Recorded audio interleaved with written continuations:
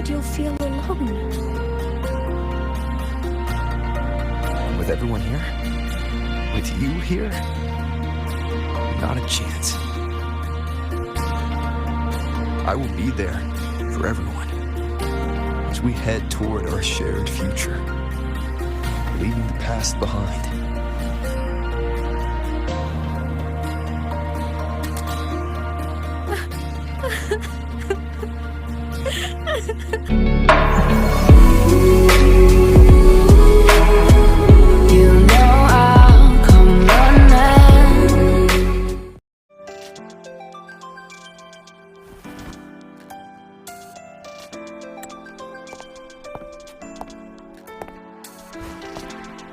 Now, we reach the second epoch of the Royan Trine myth, the Sacred Reactor Epoch.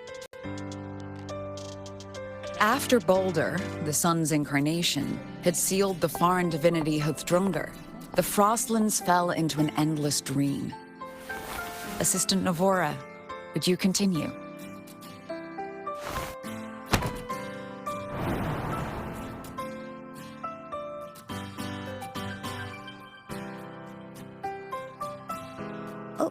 Okay.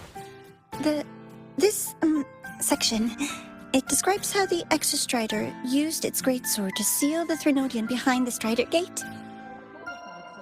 The records say both the Exostrider and the Threnodian traveled through the Strider Gate to reach Lahai Roy. Their battle was fierce. The Threnodian pushed the Exostrider to the brink of defeat. But at that moment, for, reasons unknown, the Exostrider's reactor drive flared with blinding light.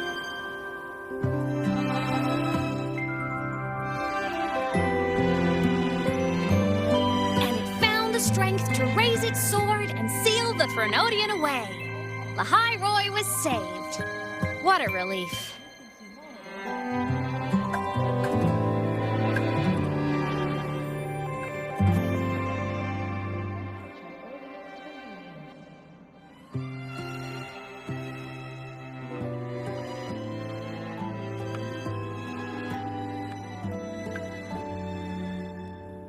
Hi. Nice to meet you. I'm Aemeath from Rebel College, same as you. First time seeing you in class. Trying to collect credits from all 4 departments? That's ambitious. Welcome to the academic quagmire. Aemeath, I've been looking for you. I never got the chance to thank you. Thank me? The day the Eye of the Thenodian appeared, you drove it back and saved me. Did I? Sorry, I don't remember that. She doesn't sound like she's lying.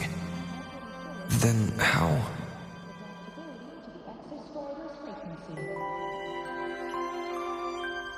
A synchronist. A freshman.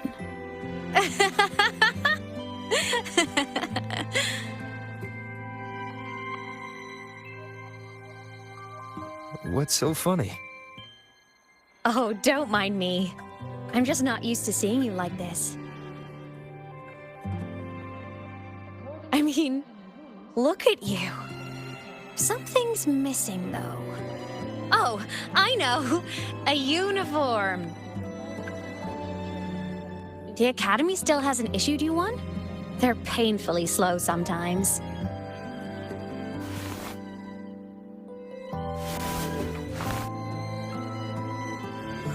Aemeath?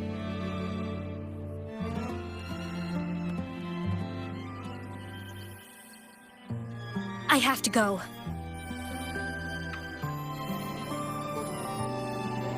Gotta run, Professor!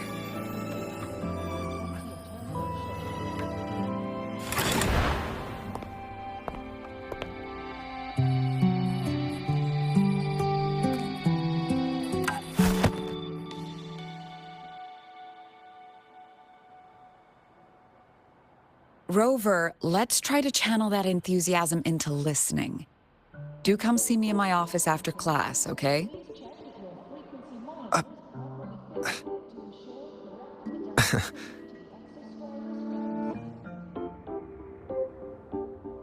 Assistant Navora, if you would, pick up from the Twilight Epoch's Unending Winter, please.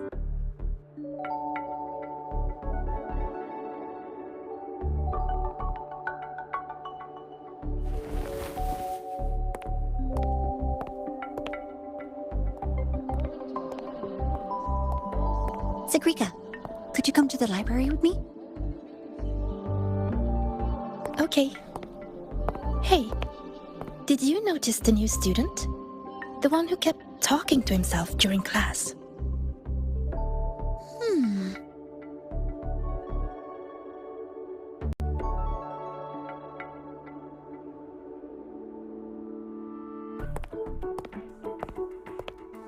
Rover, something happened during class, didn't it?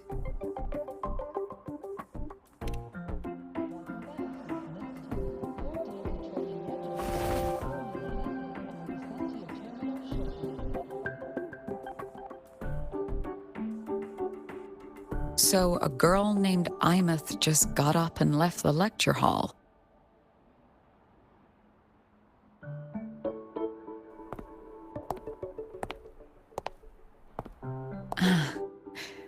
I never expected to hear that name again. Certainly not like this. Perhaps you've just had a run-in with a ghost. After all, you were the only one who saw her. President Lucilla, what do you know about her? Stay at Rebel College long enough, and you'll eventually hear her name mentioned.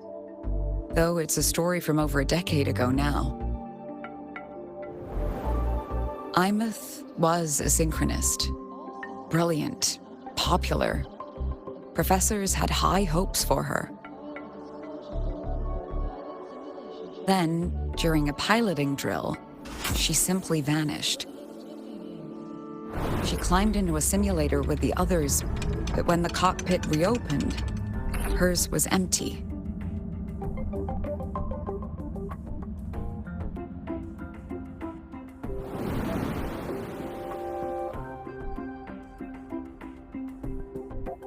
Intrigued? Want to go find her?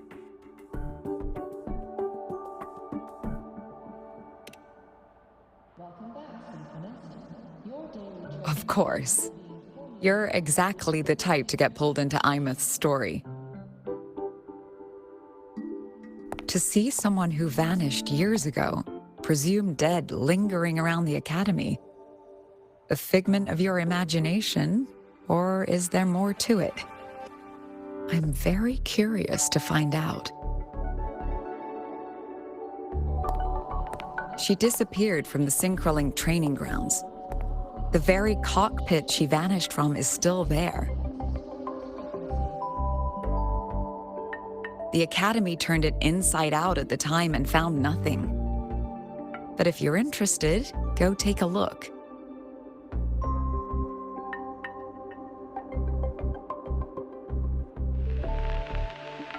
I expect you'll dig up some new surprises for us.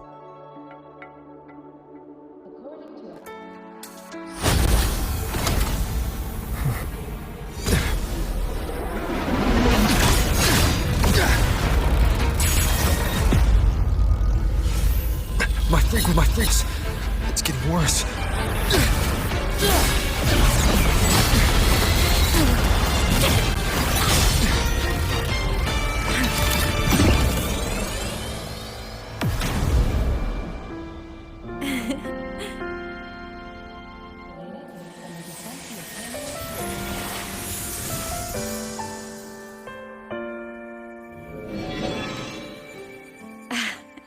And nope.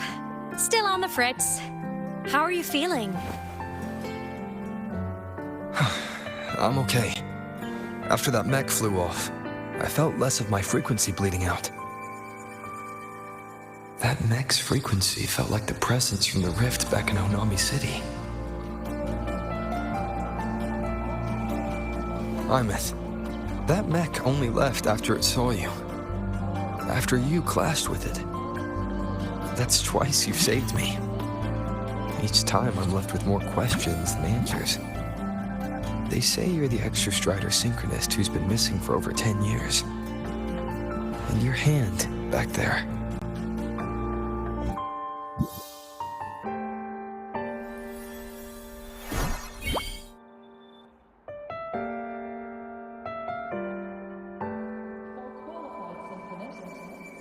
Me?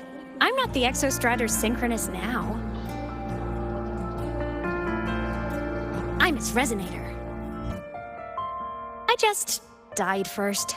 Call me a digital ghost.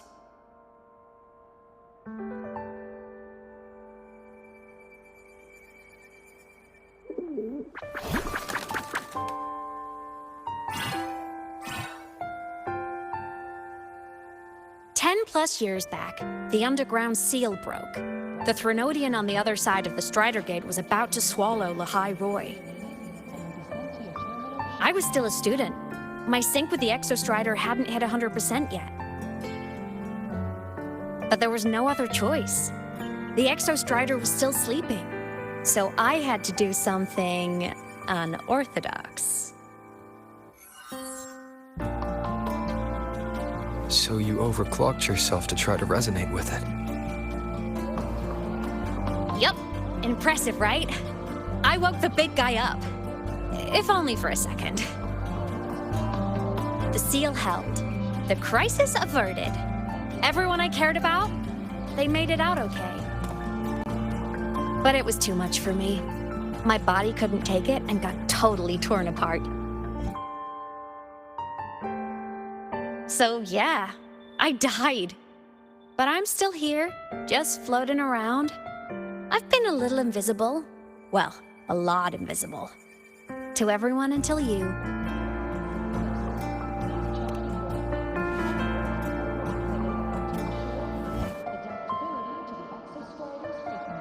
You can see me now because of this little guy.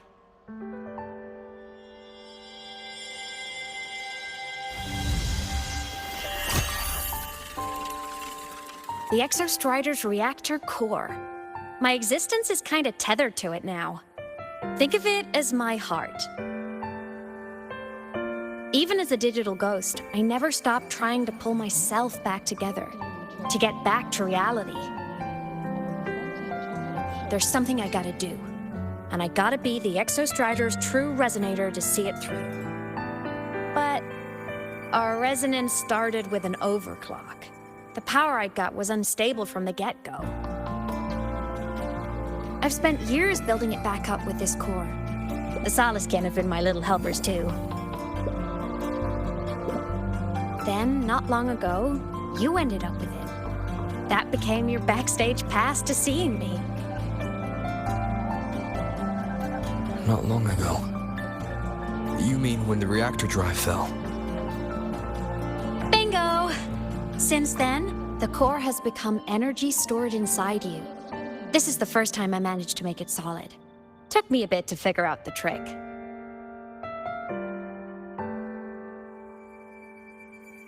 Then it was you. You were the one who saved Mornia when she was dying. You and that junior of yours were always close. We even crossed paths a few times back when I was still, well, around. Of course I'd help. A junior of mine. So I really did know Mornia in the past. Oh, and by the way, when you charged in to save Professor Mornier, you looked pretty cool.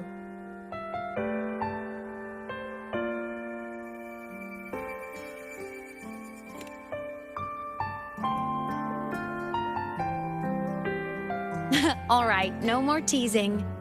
But I mean it. No matter what, you always choose to save. And to me, that's the coolest thing in the world. The most beautiful.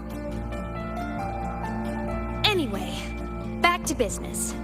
The reactor core is tied to Sigillum. That's the mech that attacked you. It's like those void worms you fought. Made mostly of exostrider parts, but corrupted. Contaminated by Threnodian void matter. Sigillum stole a chunk of my power. That threw a wrench in my whole reassembling myself project. Now it's after the core too. Since Sigillum holds this piece of the Exostrider's power, it can't be killed completely as long as the Exostrider and I exist. Now, it can only be me who stops it. And since just touching the thing makes your frequency drain, taking it down should plug your leak too. Plus, I get my power back. Win-win. But see what it's doing to me? Even with you holding the core, I keep flickering in and out. 1 second I can touch you, the next I'm fading right through. So annoying. So will you help? You've got the core, and the reactor drive is wrecked. I can't do this alone.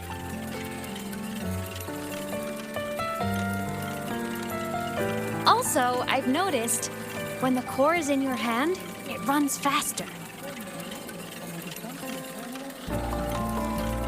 I can tell you're leaving a few things out, Aemeath. Still, you helped me and a lot of people in the High Roy. That's enough for me to trust you. What do you need me to do? Existence is the imprint life leaves behind. Being remembered, talked about, and seen. All the places I went when I was alive bear those imprints. The core's running lets me find and record those frequencies. These little cuties have been my scouts. And they'll be our guides now, too.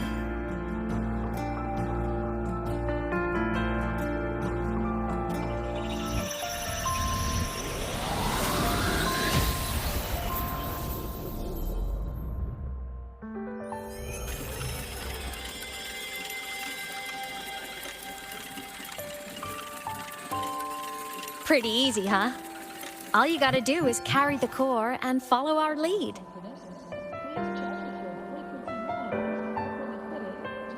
I'll do it. Alrighty. Thanks in advance, study buddy.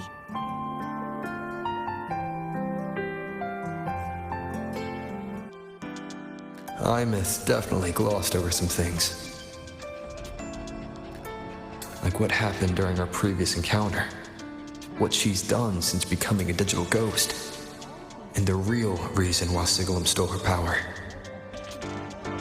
After years drifting like this, to still hold on to that spirit, her will must be strong. Prying answers from her won't be easy. I'll bide my time. The right moment will come. Has something happened, Mentor? I see. So the reactor drive's core survived the crash. It must be the key to reactivating the Exostrider. Of course, then the official stance is that it be returned. Star Torch Academy and the Roya would both agree on that. But, as you said, curiosity from the Institute is inevitable. Mornier?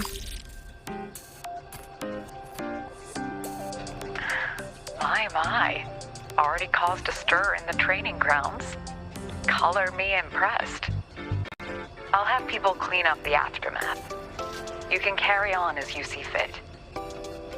You were monitoring my comms with Mornier? You're a person of special interest. Of course we keep an eye on your movements. We? Yes, we. The Space Trek Collective. Think of us as the annoying adults on campus. I'll handle the debate between the Institute and the Academy about the core. This is a matter of priority. Now listen to me. But when you're done with your business, I'll need you to return the core to the Exostrider.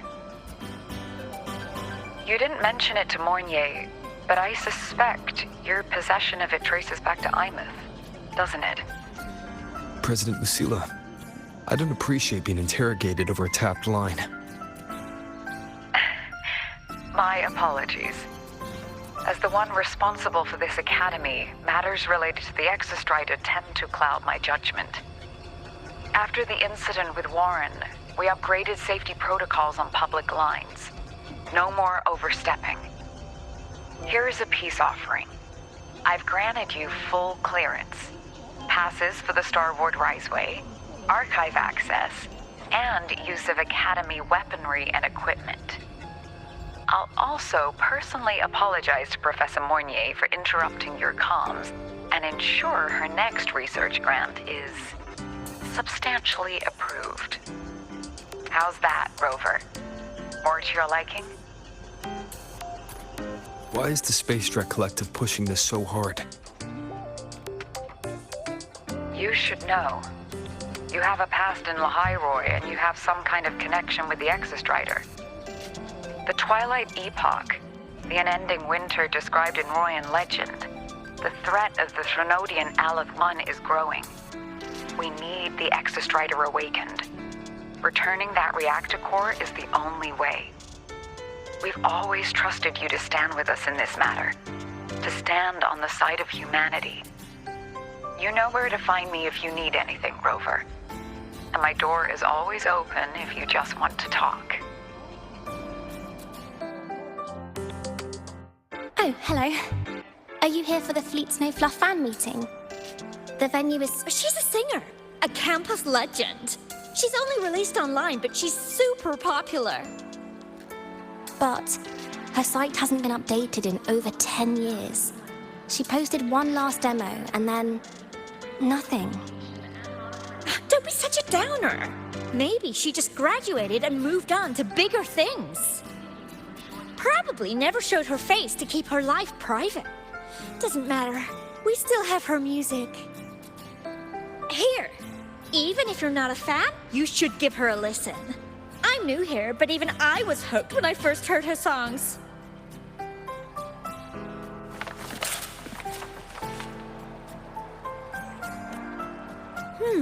Nice print. A fan meeting. Huh. If they're happy, I'm happy. Come on. Let's follow the Soliskin and see what's going on in the auditorium.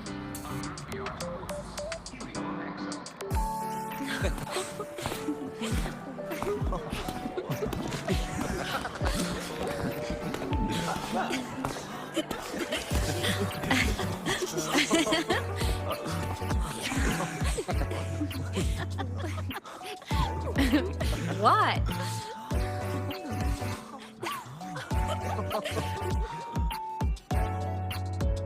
Oh, just a habit of mine. Waving, chatting, going to class. It makes me feel like I'm still alive.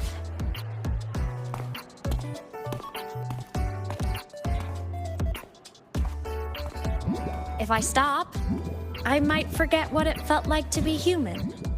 Call it a self-reminder.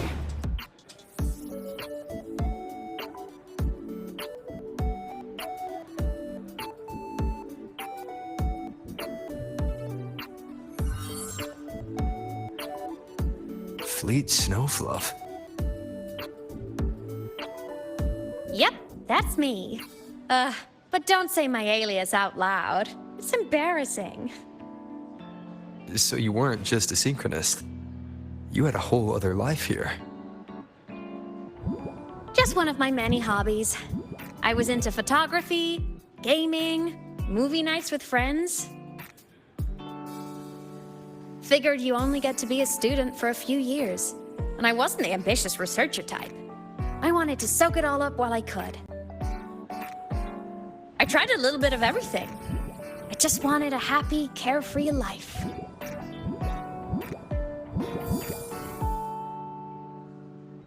Who knew I'd end up as a ghost, stuck as a student for 10 more years? How awful is that? Wait, does this mean I'm never gonna graduate?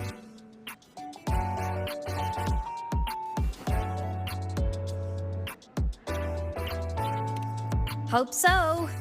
Guess everyone needs something to hold on to. It's good to have a little hope.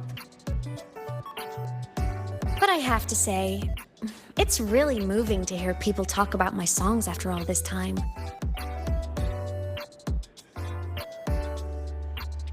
I wrote those for myself, you know?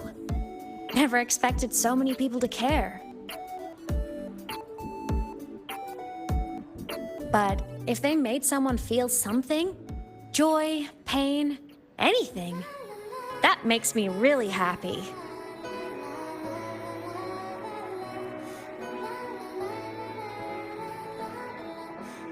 Hey, listen. Hear that song playing in the auditorium? That's the unfinished demo I left on my site. What a shame. I really should have finished that before the training run. Now it's my little musical epitaph.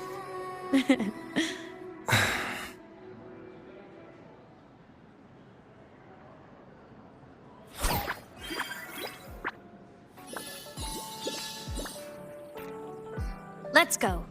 The Soliskin is calling us.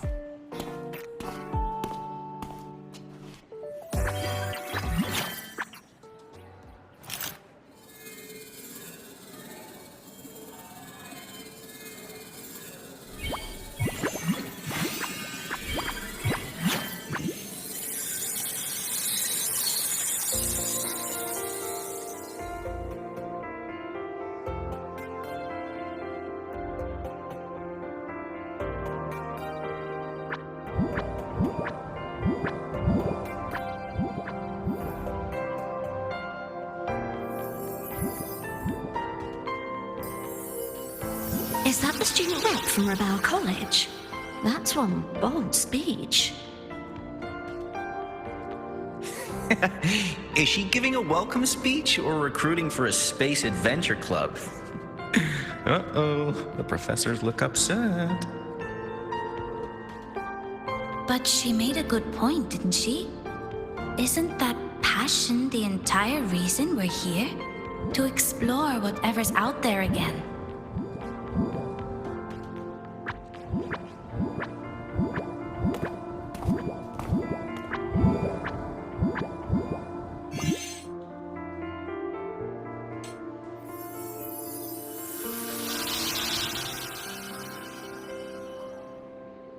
Aemeath, right? I remember her sync test scores were off the charts. We might be looking at this year's prime Exostrider candidate. Don't be so sure. Heard about her extracurriculars. Put nicely, she's quite the dabbler. Put bluntly, she doesn't take anything seriously.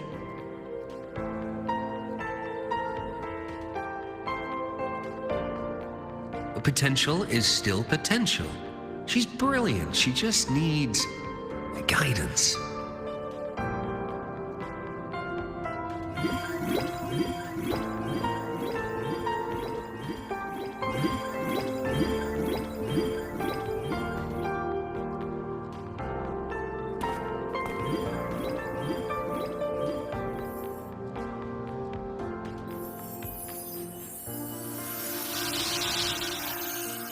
May we one day walk among the stars, to touch with our own hands a universe so cold, so real, and so breathtakingly beautiful.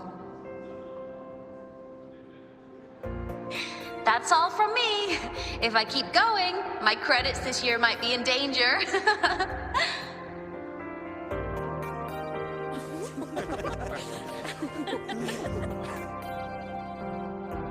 It's an amazing feeling to be here at Star Torch Academy, and to know I'll be sharing this journey into the great unknown with all of you.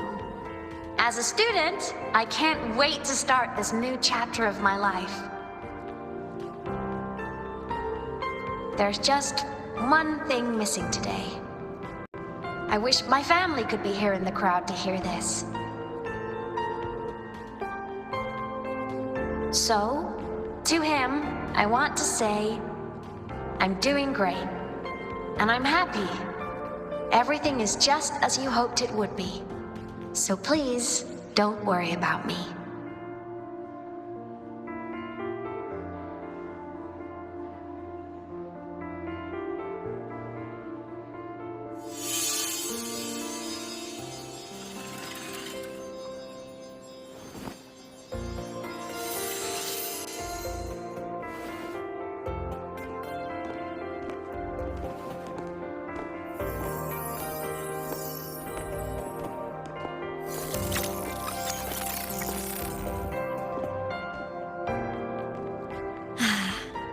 Looking back, I really do miss those days.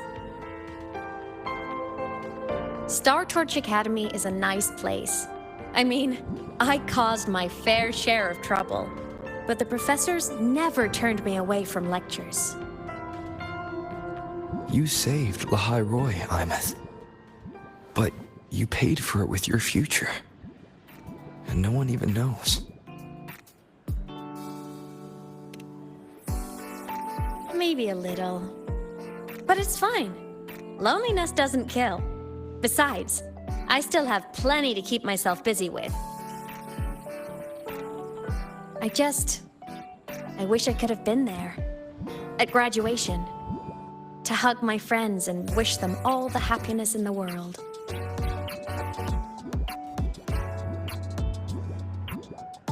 The Solace can headed outside. Let's catch up.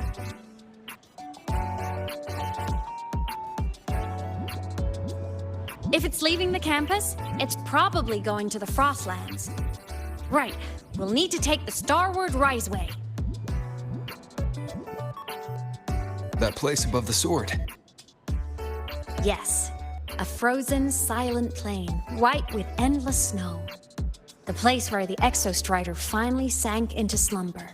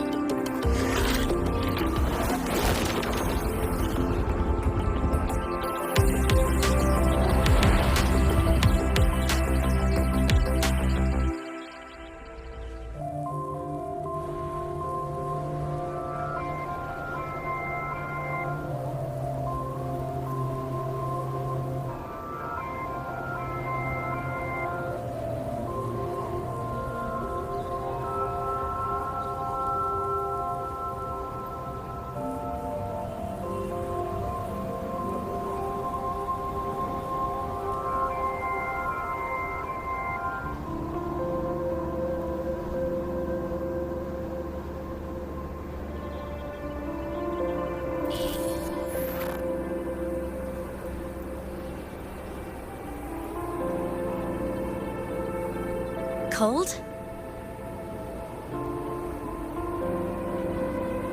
I'm fine. What about you?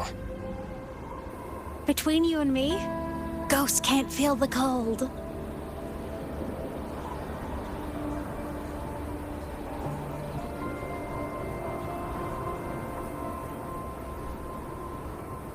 The snow. It's so beautiful. What a coincidence to run into you here. This is a pleasant surprise. Oh, it's Dr. Luke. When he's around, just pretend I'm not here. Otherwise, you look like a weirdo talking to thin air. You should hide too, okay? This is our secret journey.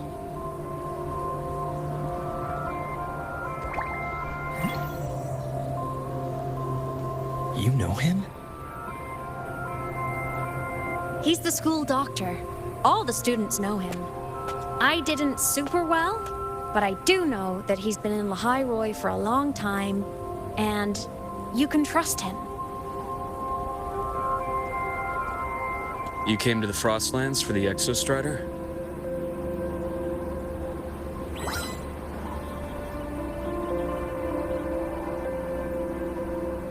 I'm headed the same way. I've got to check in on some researchers stationed out here on long-term fieldwork. Having a guide might make the trip a little easier. What do you say? Let me help you modify your bike. There are quite a few waterways, and its current setup might not handle them well. You know how to modify bikes. You pick up a few things when you come here as often as I do. Oh, I used to love riding. My friends even called me the Speed Queen. Though that was usually while they were white-knuckling the seat and screaming.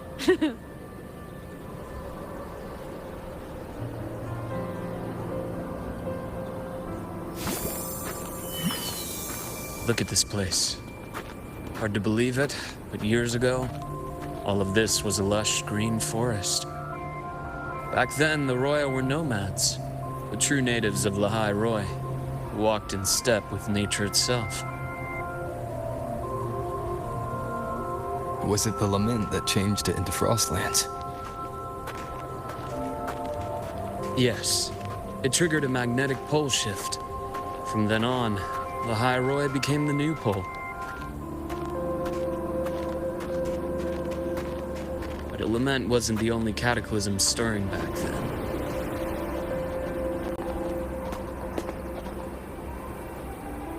In the past, we had already reached the stars, but at some point, the etheric sea spread to cover all of Solaris. From that moment on, the universe locked its doors. We couldn't verify whether the sky above us was real or just a reflection. Countless spacecraft were lost. Our space exploration programs were abandoned, and space became out of reach. But times have changed. Since its founding, the goal of Star Torch Academy has been to use the Exostrider to explore space, whether through the etheric sea or the Strider Gate. I understand the etheric sea part, but the Strider Gate?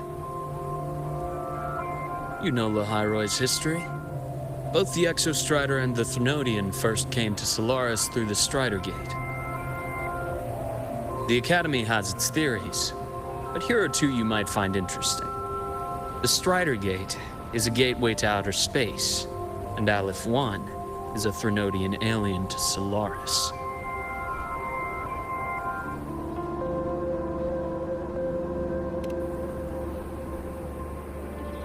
With a gateway like that, of course we want to open it. But to pass through, we must awaken the Exostrider and be prepared to face Aleph 1 head-on. I've long believed that Aleph 1 poses a far greater threat beyond void storms and void worms. With other Threnodians, we can at least glean clues of their nature from their places of origin and the civilizations they emerge from. But Aleph 1... our knowledge remains blank. So many dream of being the Voyager who returns from the stars, the first to walk the cosmos once more. But in all these years, no one has succeeded. The etheric sea phenomenon cast us into isolation, but it also gave birth to all our dreams of what could lie beyond. And those dreams are still alive today.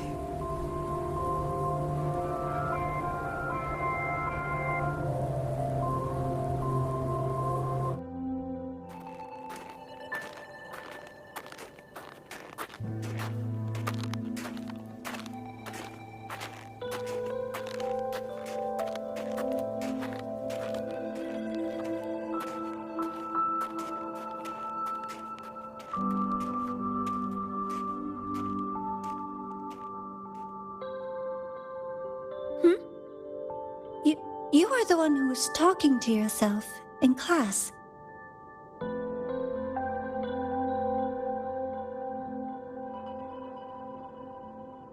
Whoopsies! Oh, and Dr. Herson. You are traveling together? Did the Academy greenlight a new field trip? Just my routine checks on the field researchers. Rover here has their own business to attend to, but we're headed the same way.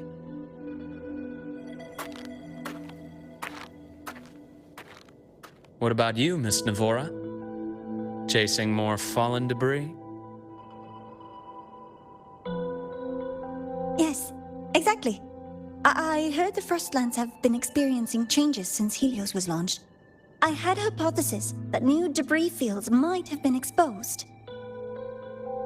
Debris? Space equipment that fell from the sky long ago. Probes, satellites, and even space stations. Some previous digs unearthed wreckage containing records lost during the lament. Oh, and images. Photos taken in orbit of other planets. They were absolutely breathtakingly beautiful.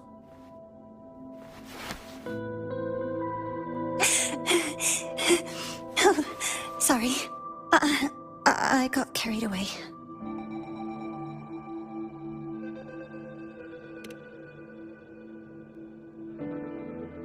Thank you. Sometimes I'll just start info dumping. I know it's not the best.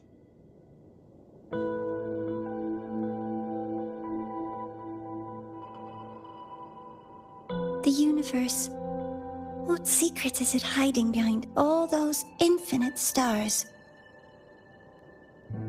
I really want to know.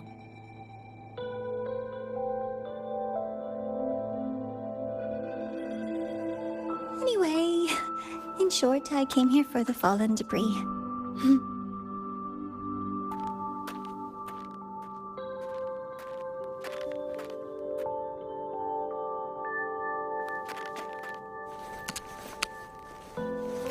The data on the instrument shows there's a high chance that close by... Huh?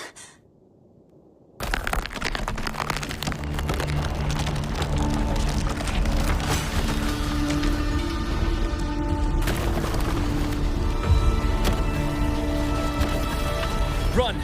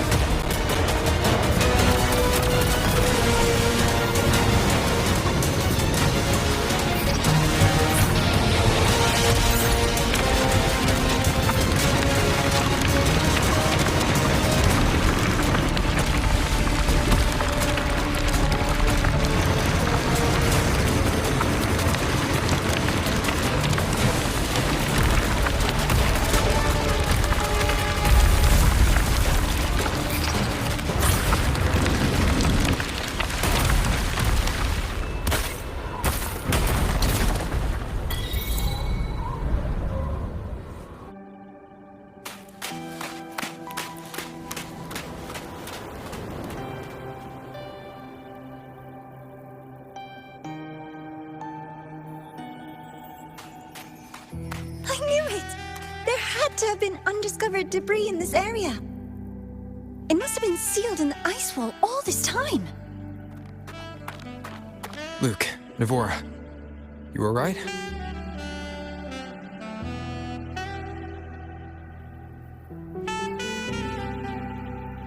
Oh, I'm good. Perks of being a ghost, you know? I'm so sorry. It's my fault for putting everyone in danger. The collapse was an accident. We're all okay, so don't blame yourself. But the way we came in is completely blocked. Scaling that ice wall? It's too high, too risky. I'd rather not have a student on that climb. I've contacted the Academy. They're sending a rescue team. Once Navora is safely returned, we'll set out again.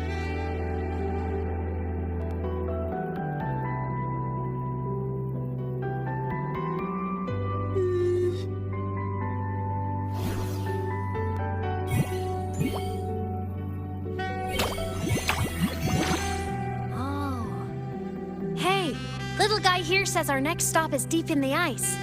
There's a path at the bottom of the station. Want to check it out?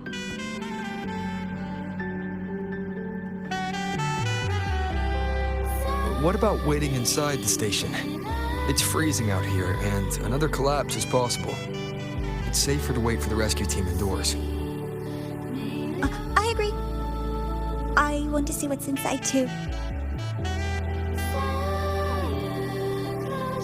With Rover on the team, a quick recon should be manageable.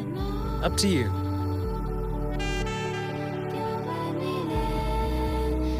Hey, question. Before you came to Lahai Roi, did you do this kind of thing a lot? What do you mean? Like traveling with a crew, seeing the sights, stumbling into trouble, then going your separate ways. Like a classic road trip movie, you know?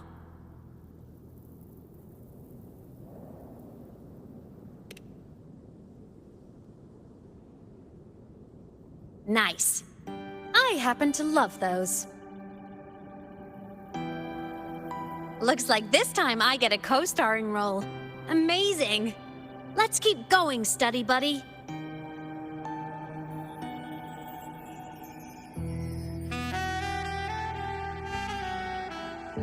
There's a collapsed entry point over there, but it's blocked. Some kind of barrier caused by unstable frequencies. The Exostrider sleeps in these frostlands. Void storm activity can make local frequencies unstable with fluctuating void matter levels. Oh, taking this opportunity, let me grant you access to the module adapter. Huh. It's already unlocked. That must have been Lucilla. Let's move to an area with a stronger signal so it can be deployed.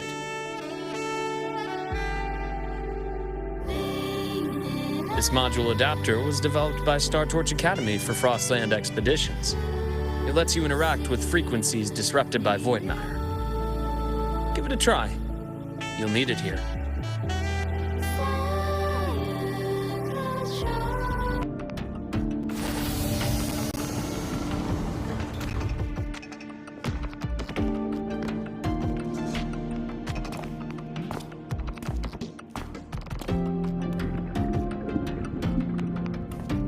This is...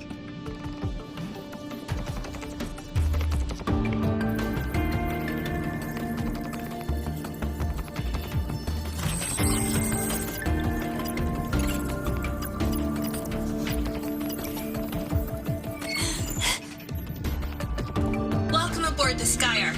I'm Wenlu, your guide for today's tour.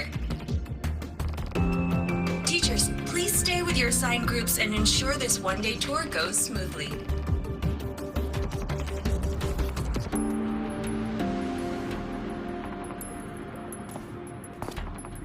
Please direct your attention here. This containment unit holds droplets of the etheric sea itself. As you know, the etheric sea suddenly appeared above Solaris one day. During that initial event, the court of Savante briefly glimpsed a figure of a white-haired woman. She vanished in an instant, leaving countless puzzles in her wake. What is the etheric sea? What does it do? And why does it appear? The court of Savante conducts research here at Skyark to seek answers to these questions. Next, please scan your clearance with the system and follow me in an orderly manner. We will now proceed to the central deck. Awaiting us is this station's most significant breakthrough, a mass relay device powered by a stabilized sample. A sample of the etheric sea? If it's part of the fallen debris, can it be? This research started before the phenomenon first appeared? Oh my, this is an absolutely incredible discovery!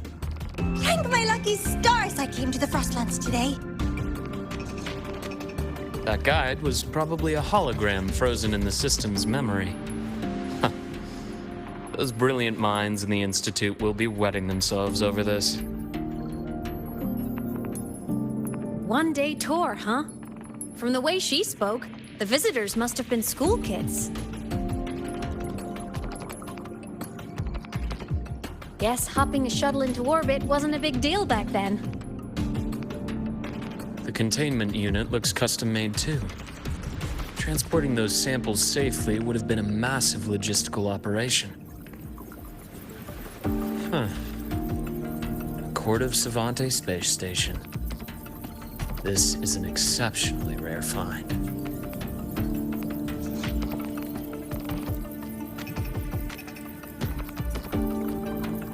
The Academy has recovered other debris from this era.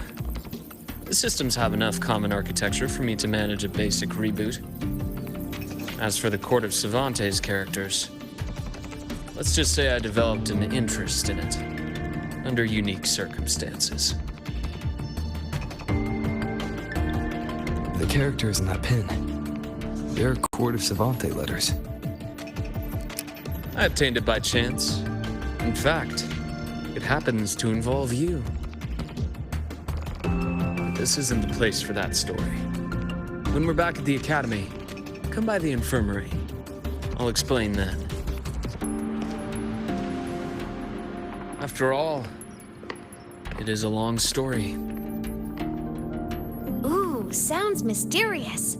I want to hear the story too. Please. Pretty please.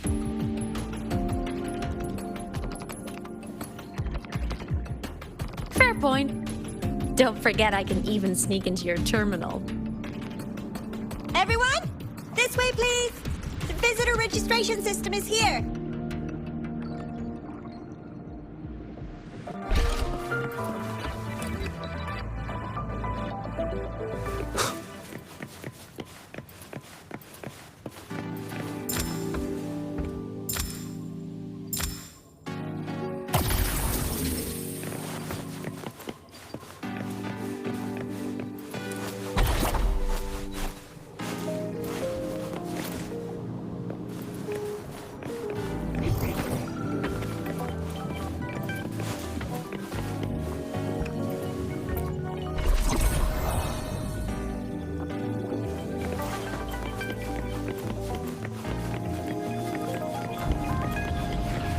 That flowing sphere is the mass relay device, with the etheric sea as its core.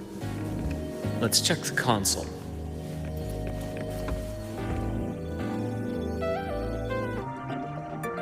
With the droplets dispersed, some space station sectors have become unstable.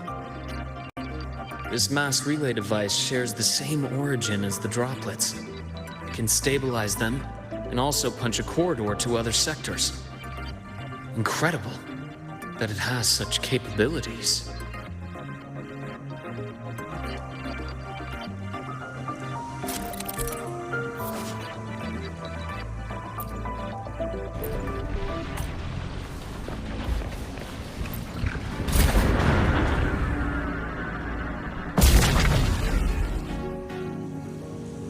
The hatch over there is back to normal.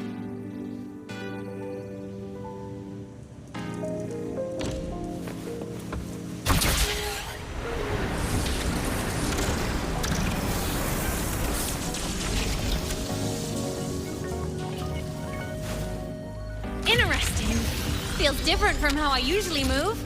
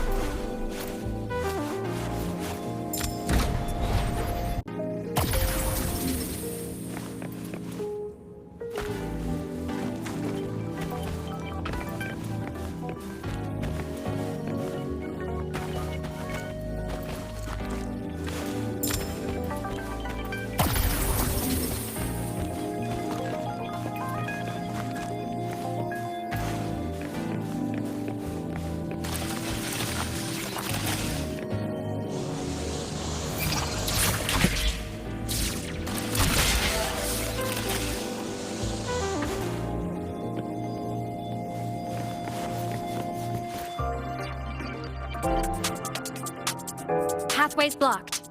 Let's try the module adapter.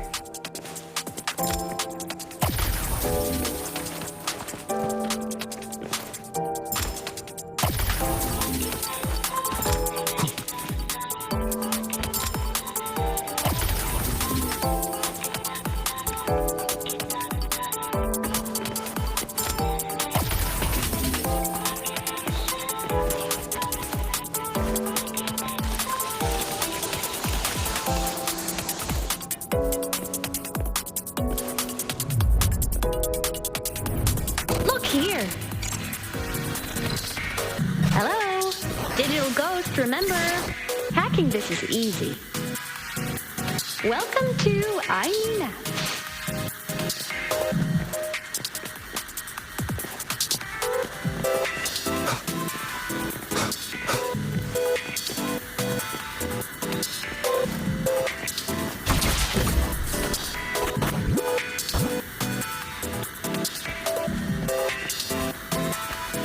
Cherish every gain.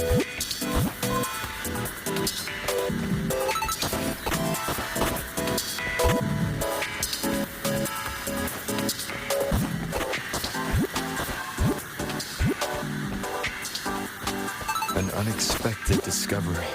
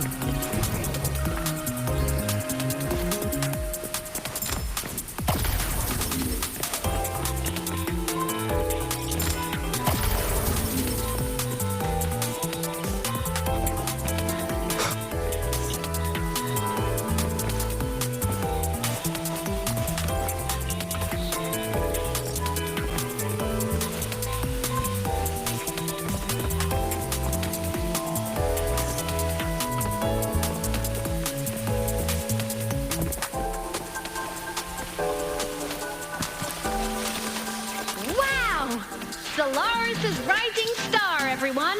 What a leap! Oh, come on.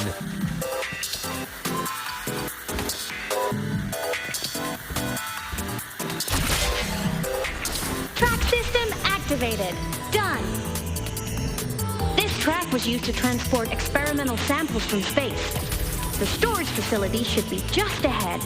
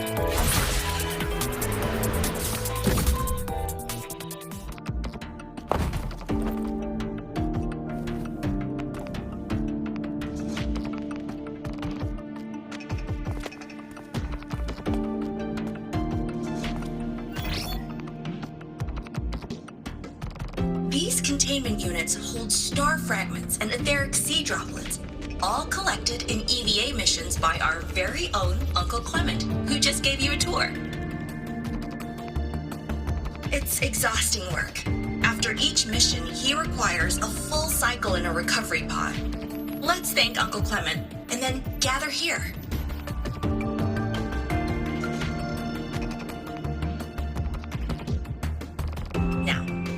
Welcome Project Director Junshi to give us an overview of the Etheric Sea Initiative.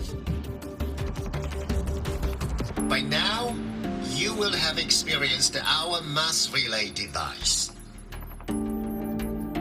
It is our first major breakthrough and definitive proof of our theory that the Etheric Sea can be utilized as a gateway.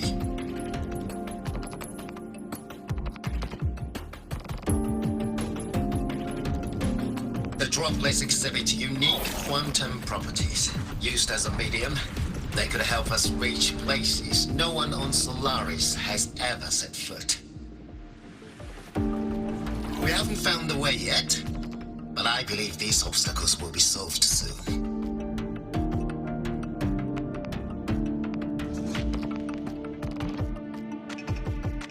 I have faith, not just in the court of Savante, but also in humanity's resolve to explore the stars, and in the budding curiosity I see before me. A mind that feeds on the light of distant stars will never be content to simply look. It will find a way to make the journey. Recently, a brilliant new mind joined Skyark. Our work was instrumental in developing the mass relay device. Let's welcome Professor Wei in to share her vision.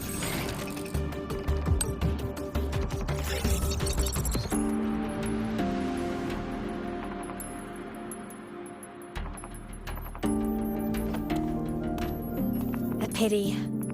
His hopes never came true. Humanity's quest to reach the stars has only gone backward. To feed on the light of the stars.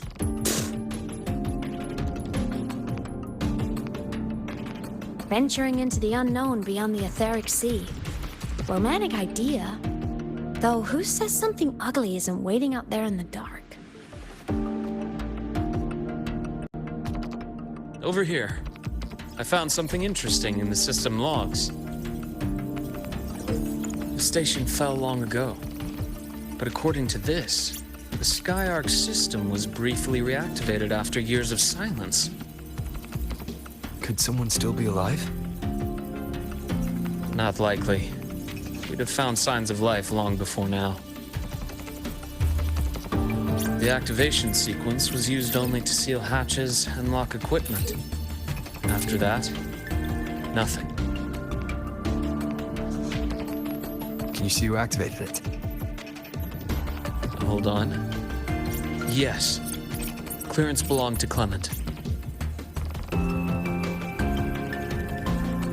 The one who gathered the droplets. That's all I can pull for now. But the Academy will run a full investigation later. I'll keep you in the loop. Good. Keep me posted. Shame the director's speech got cut off. I can't help but wonder what that colleague of his was going to say.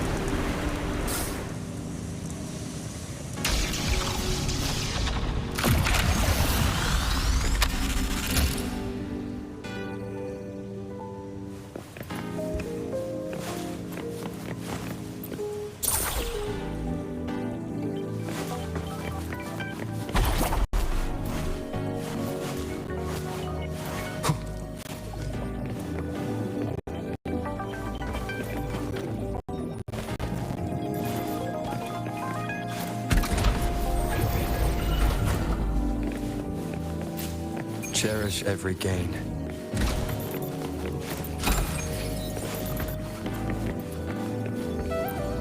An unexpected discovery.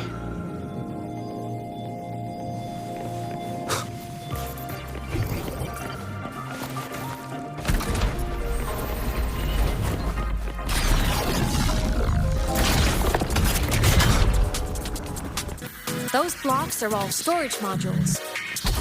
And that moving one? An anomalous module gone hostile due to the Skyark system's glitches. Leave it to me. The end has come. Break. Ha! Hopefully this helps. Void matter levels seem to have risen.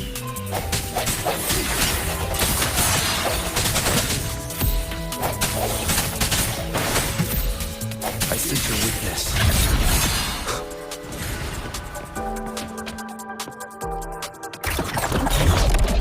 It's moving deeper into the sector. I'm on it. Look! Lahai Blocks is complete. In the Space Fantasy, Katia series, every copy included this minigame. I love it so much, and I'm really good at it. The anomalies here are more pronounced than before.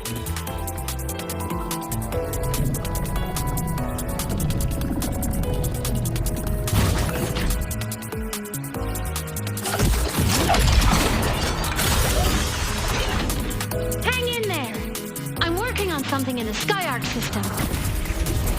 Use the adapter to disrupt these error modules.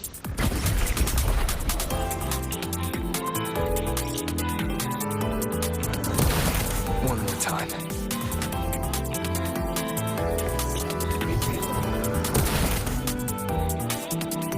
Breach complete. Hey, do you know how to play rock, paper, scissors?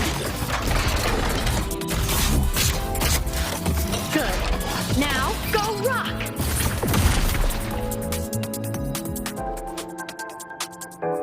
Yeah, we won! Amazing play! Wish we could play another round of Lahai Roy blocks again.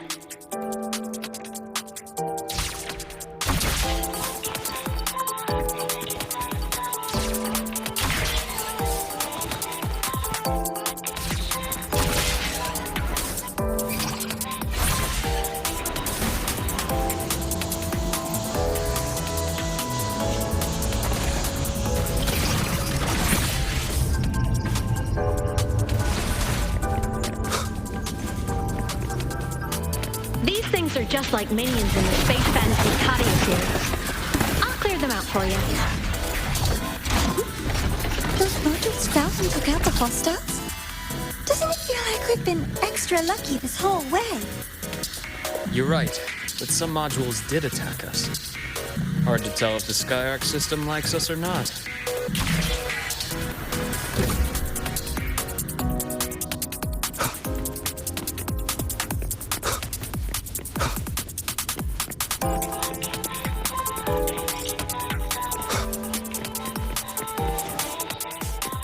Welcome aboard the Skyark space station.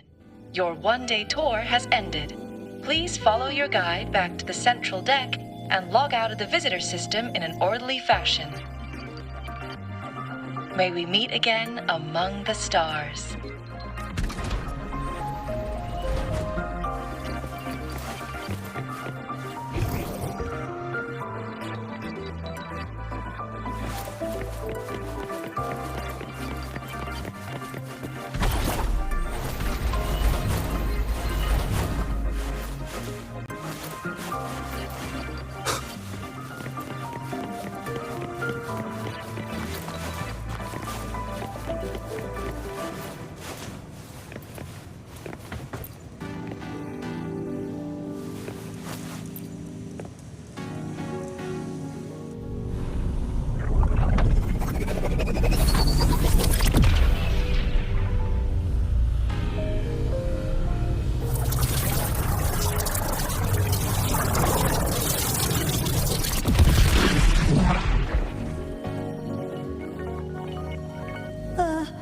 There are traces of void storm contamination everywhere. This concentration of void matter should have flooded the upper decks by now. Could something be containing it down here? Further in. Something's down there.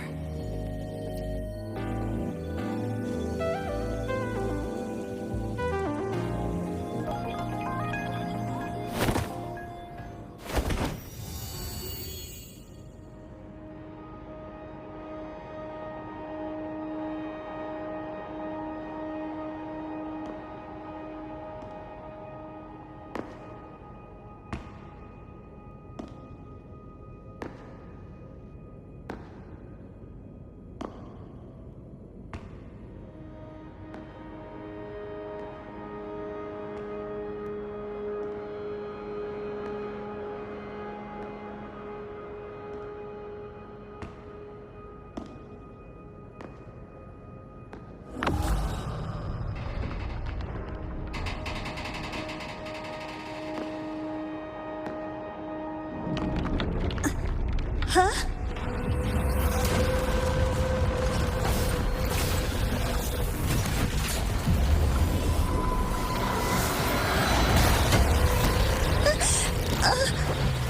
That hurts. Deborah!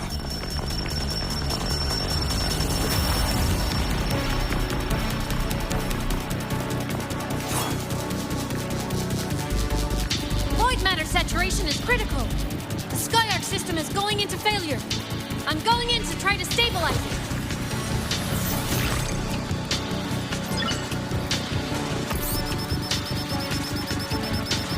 Everything here has already been contaminated, including that.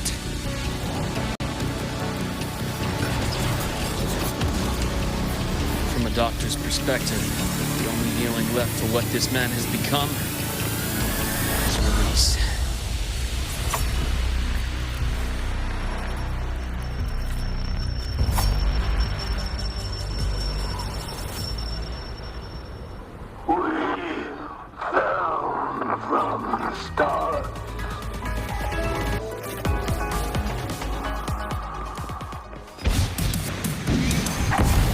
My scalpel etches your epitaph!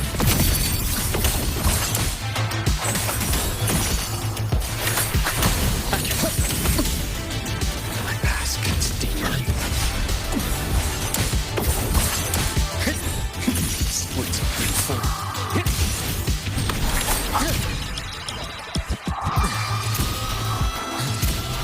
A bearable price. I am the vessel. Finally, some blood. Time to incise. Split between four. Charge! Now, that's more like it. I am the vessel. Wind cold, waves fall. I am the tempest! Annihilation! Charge! Hopefully this helps. One more time. The wicked will face judgment! Struggling. I bestow eternal peace. Danger! Leave this place!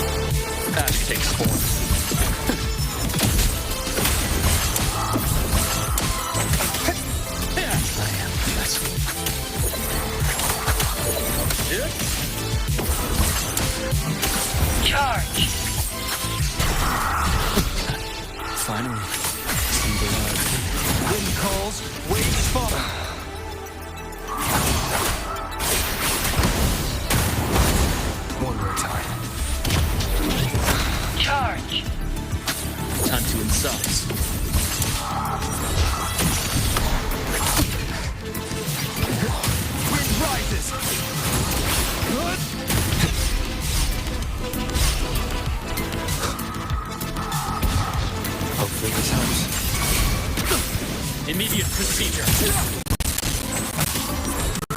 I deliver merciful death.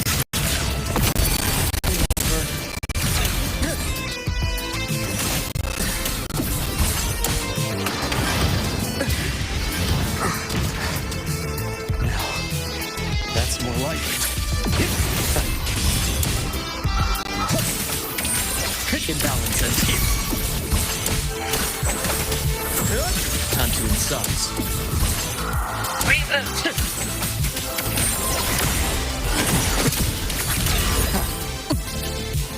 Blade.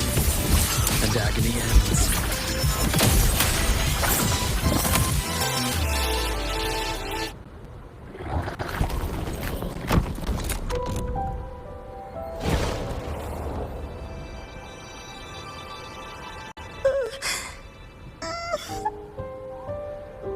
Check her injuries.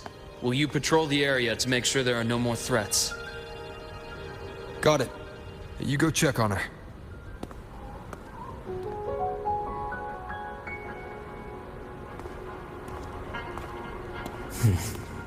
What's that?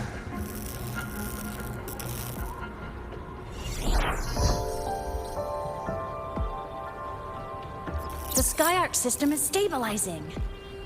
Look, a log entry. Clement. That must have been the astronaut's name. Huh. After he woke from his sleep pod many years ago, he initiated a lockdown that sealed in this entire wrecked sector, including himself. The void storm had ripped through this sector. He must have been contaminated the moment his pod opened. That command was a failsafe. He knew he was going to lose his mind, so he wanted to stop himself from reaching the upper decks and hurting anyone. Tragic thing is, the station had already been down for years. There was no one left up there to save. Even if his friends were gone, he might have thought of future explorers. Someone kind to children would have wanted to protect the innocent. To wake up from one long dream, only to fall into a deeper nightmare. Maybe it would have been kinder to never wake up at all.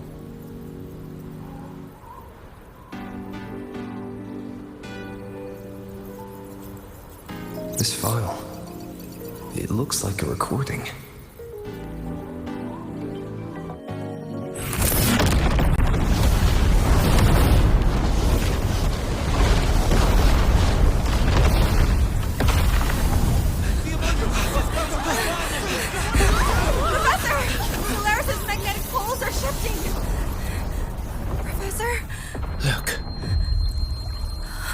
Someone's falling straight from the etheric sea.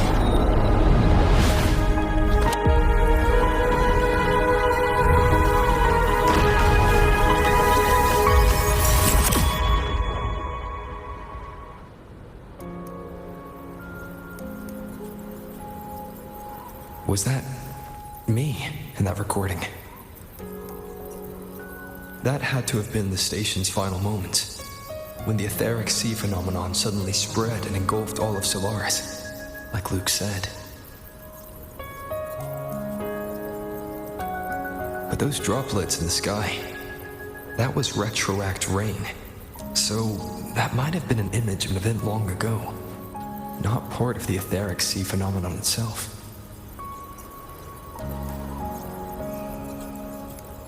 Did I really fall from the etheric sea? Or what lay beyond it?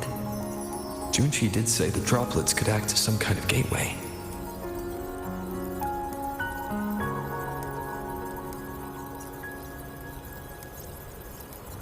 Back then, could I have... Aemeath? What's up?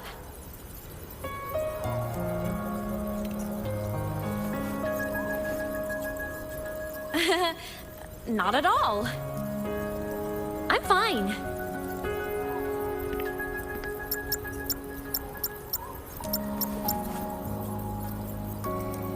I'd recommend you keep this private.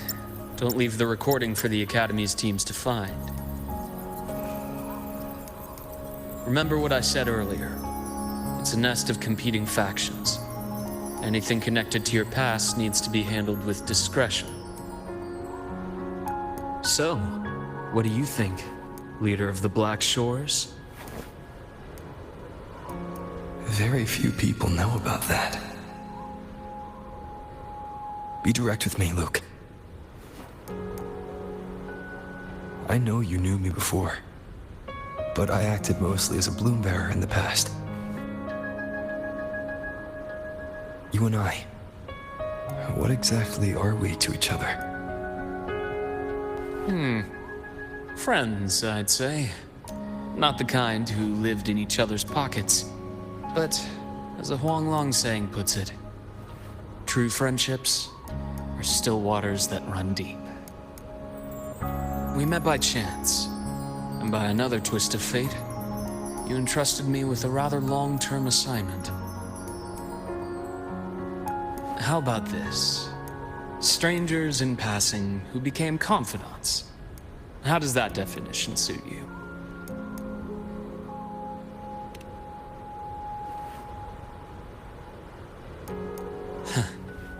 Sorry, but it's the truth. We didn't spend much time together, but we got along instinctively. Star Torch is a web of competing interests. If this video leaks, it'd create quite the cleanup operation. After your sudden exit years ago, people were lining up to unpack your history. Solaris's golden boy. Forever a mystery.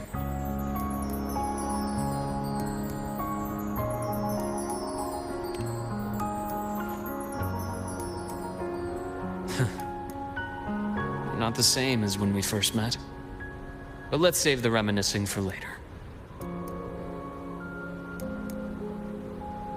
Navora's hurt. I've stabilized her, but as a doctor, I must stay to watch over her. From this point, you'll have to proceed alone. We'll wait here for the Academy's retrieval team. All right. I'll see you back at the infirmary.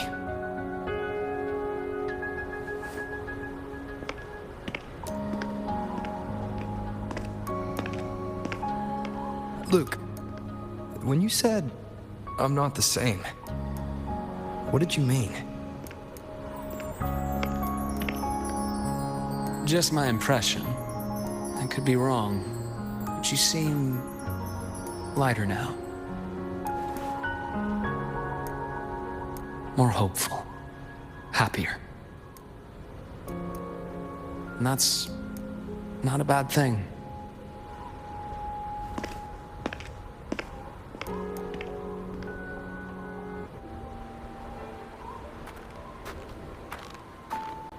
So it was here.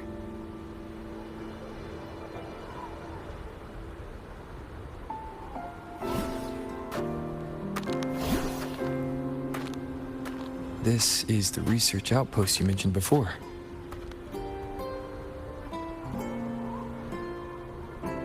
One of them. I worked at several outposts back then, but this one wasn't so lucky. The scan shows it was hit by a sudden void storm surge. No survivors. So that's why I never saw them again back at the Academy.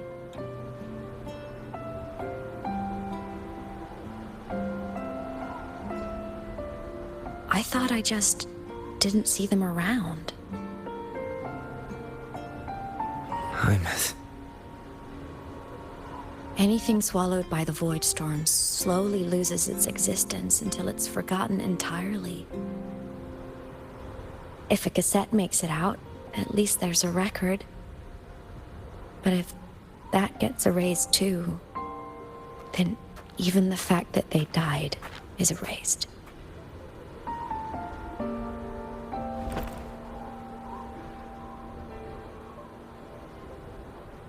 Use the core.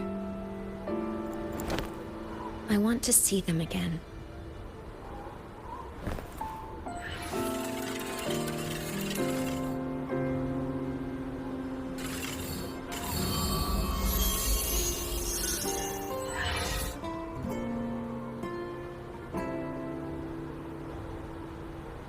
Aemeath, you were amazing. If not for you, that Glomoth would have crushed us to a bloody pulp. I'm still shaking, but you're already cool as ice.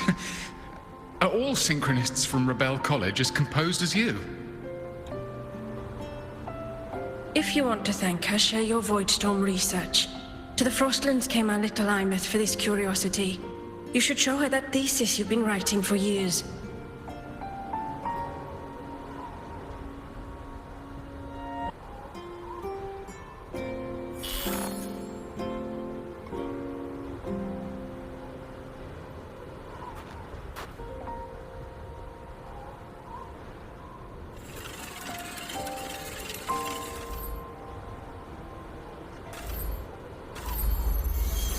Aemeath, you think cassettes might be a breakthrough?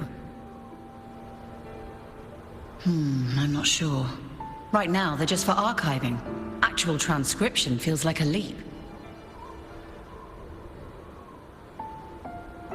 Try looking to the exoswarm for inspiration. In Lahai Roi, only one power against the Voidstorm exists, and that all comes from the exostrator. Your thesis or your delicious stew. Either works. I'm not picky.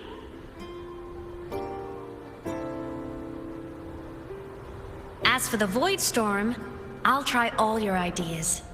The problem is, we don't understand the Voidstorm deeply enough. Especially in the depths with high void matter concentration. No probe survives the journey, so research is stuck. I can't shake the feeling that...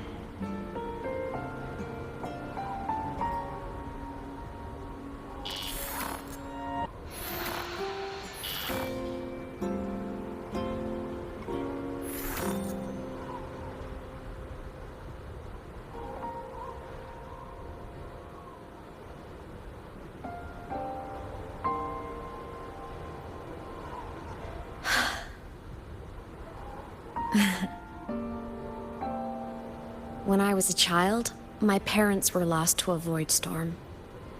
Soon after, I even forgot what they looked like.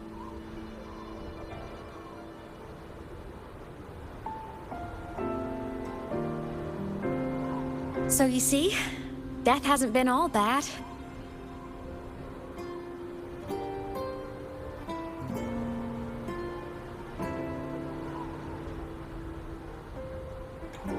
Once I became a digital ghost, void matter couldn't affect me anymore.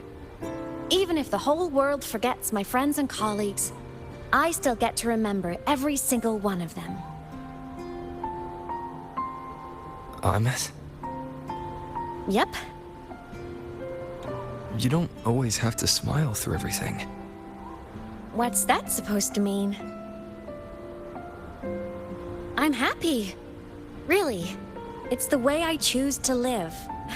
You're too serious. Always overthinking. Hence the long face.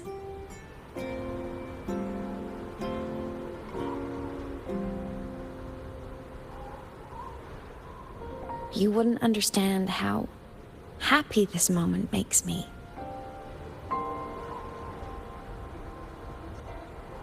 Come on. I'll show you the Frostland's slumbering giant. Lahai Roi's Exostrider.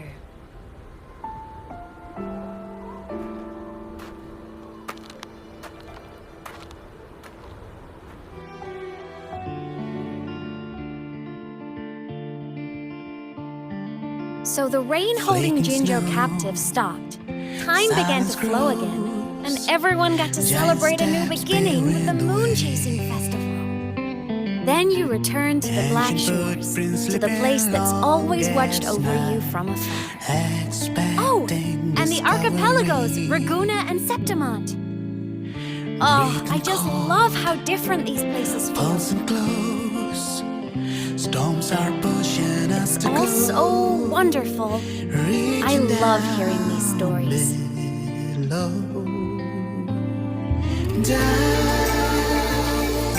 Deep into the space, across the stars running away, to all the places where we've never been. That's our curiosity. Linger on, wishing for the better days. Bring the dawn.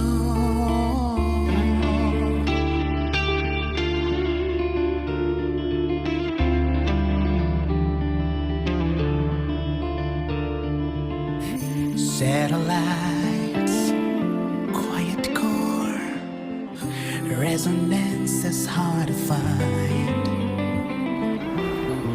Meteors crash towards frozen crust that can't crush, crave for the unknown.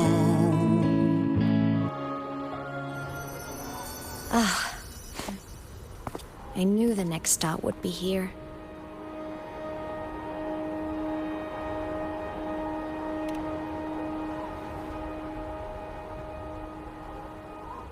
The cabin up ahead. It's where I used to live with my family.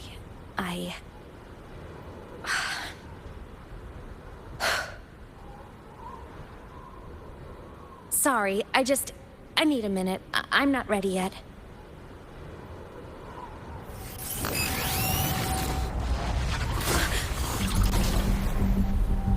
Just like before, the moment it appears, my frequency starts getting sucked out of me. Aemeath said it's a Thenodian derivative, like the Void Worm. They share similar frequencies, but my gut says it's different.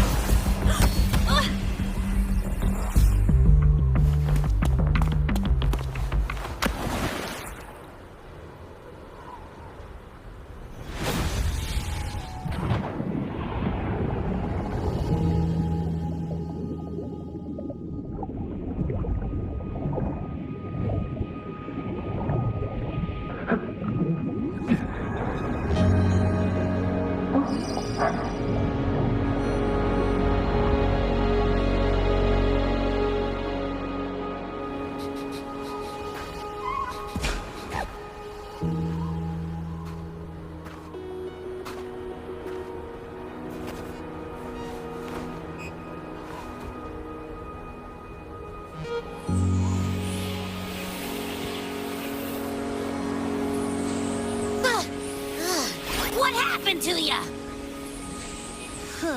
Your frequency's been leaking everywhere. I tried plugging it from the inside, but it didn't work.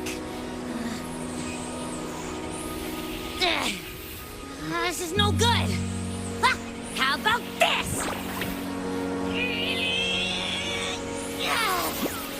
It stopped. For now, I gotta rest. You did great, Abby. Go get some rest. Don't you ever jump in after me like that again. The void matter concentration down there is too high. If you fall into void space, even you could be consumed, erased from existence.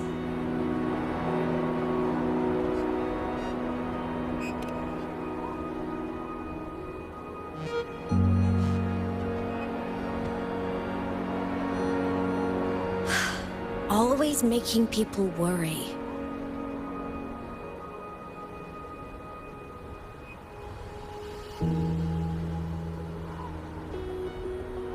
There's a theory in Lahai Roi. Threnodian Aleph 1, the devourer of existence, is the embodiment of voidance. The dissolution of all things.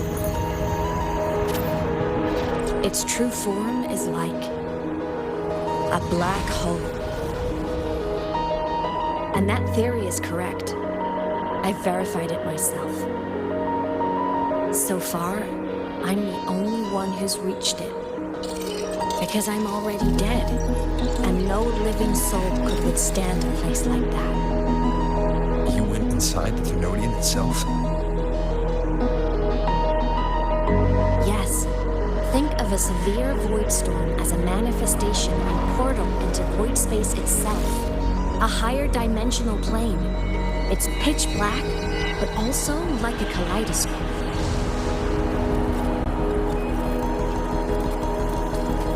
Inside, time and space aren't linear. Everything is warped.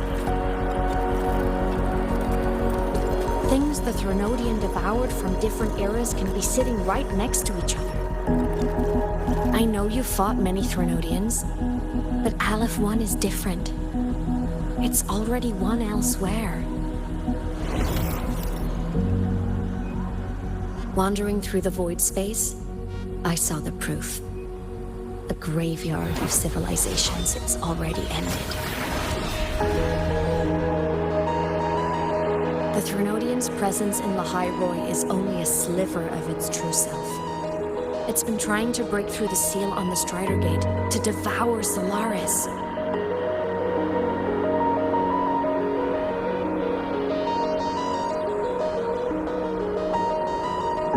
So, don't go wandering off alone. Not until the Exostrider awakens.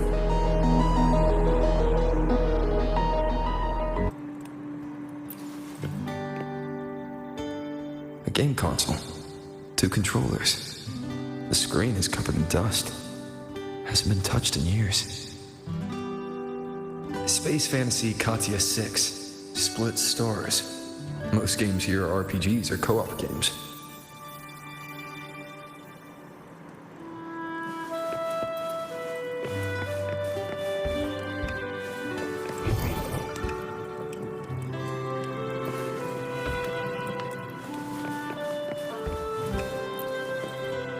Childhood doodles, all telling stories of heroes saving the day. Well, she had a creative approach to art.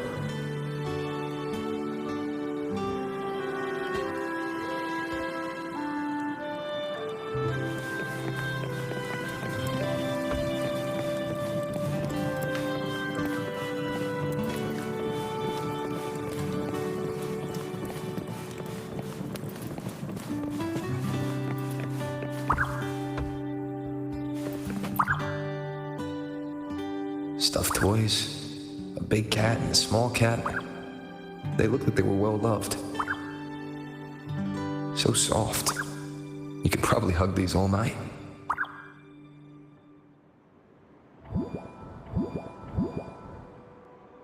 The Solaskin rushed toward the couch.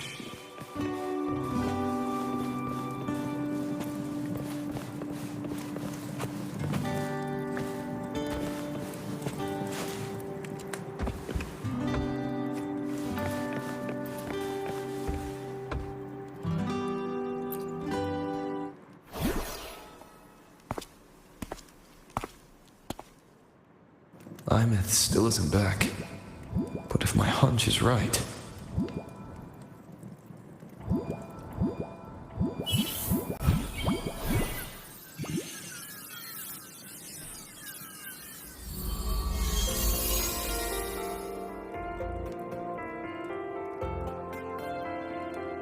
Aemeath, have you been out terrorizing those snowfluff seals again? They scatter the moment they see you.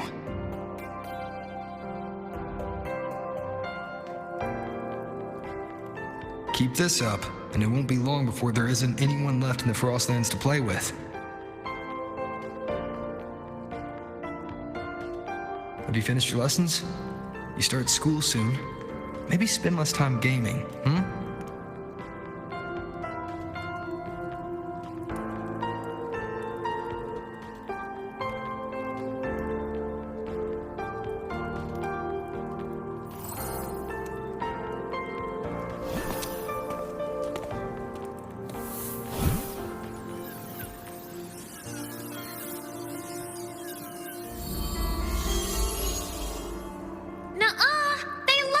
With me. Why else would they crawl over and play before running away?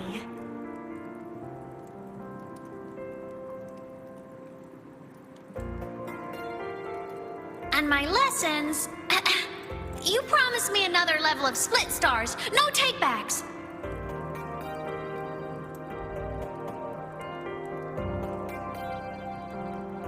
But I want to learn how you folded that thing first. Can you show me, pretty please?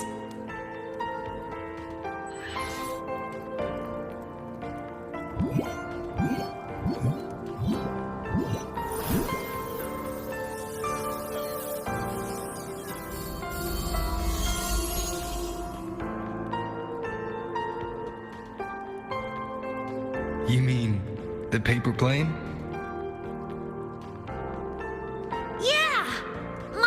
Nosedives right away, but yours flew so far. How?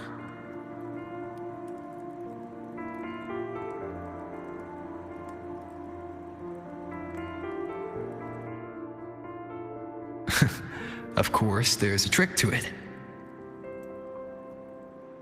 I'll teach you. But first, you finish your lessons. Then we'll fold planes together, all right?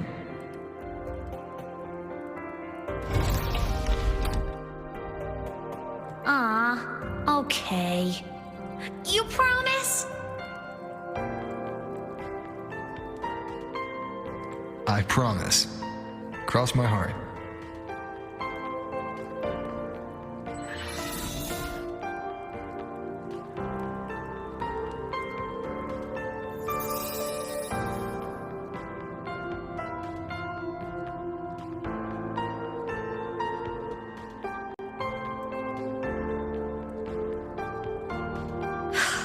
I've been wondering how to tell you this. And now...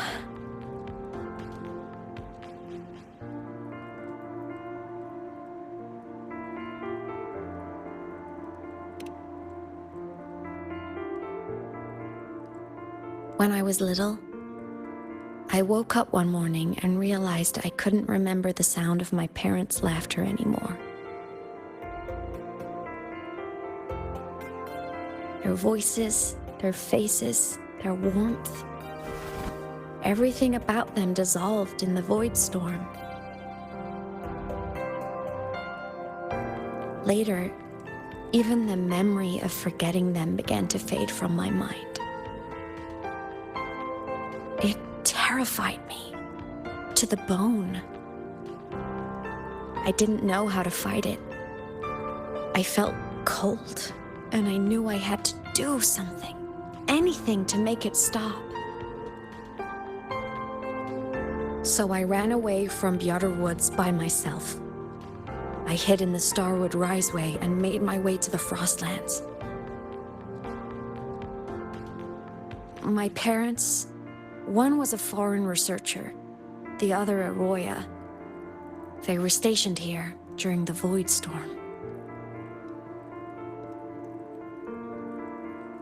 I wanted to return to where we once lived, but I couldn't remember the way.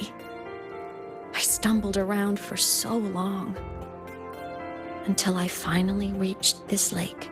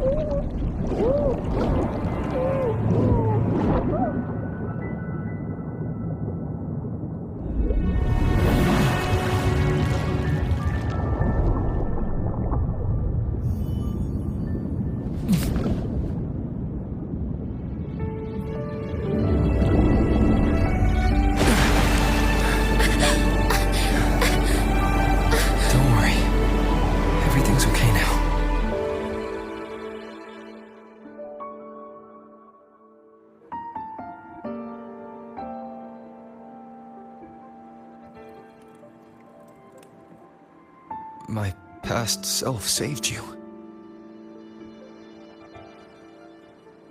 I was sinking into the lake, choking. Everything was fading, until a pair of warm hands caught me.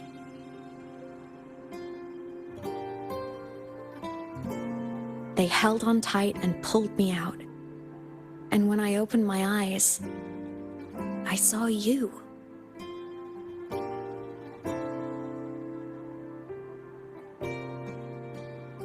But then I realized the talisman my parents had left me was gone, probably lost to the deep. The thought alone broke my heart. I cried so hard, and you had no choice but to scoop me up, comforting me as best you could. You took me back to your cabin to get warm. And after that, well, you guessed it. I stayed with you there, under your care, until the day you left Lahai Roy. Why did you keep this from me?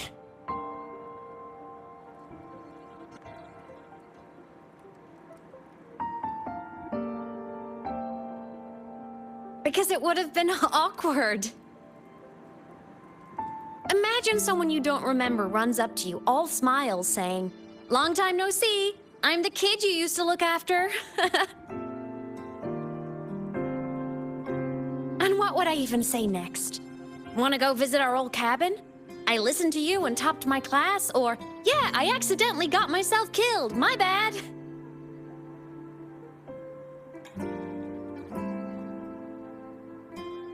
Saying any of that would only burden you. You never asked for any of it.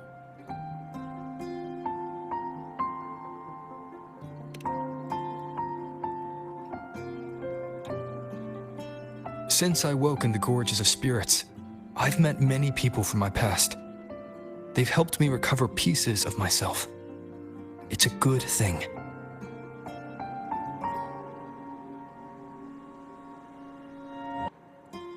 I can make my own choices. You should have a little more faith in me, Aemeath. I see.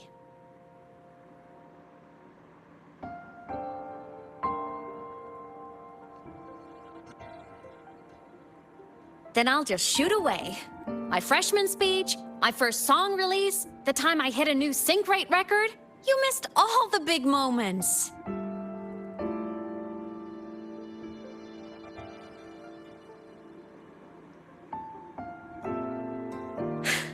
But I couldn't be mad. I knew you were busy. You were always off saving Solaris from the lament. You had to. And I do think that's a good thing. So I thought, why can't I do the same? Look, I kept Lahai Roy safe while you were away. Sure, there was a cost, but not bad for your unofficial apprentice, right?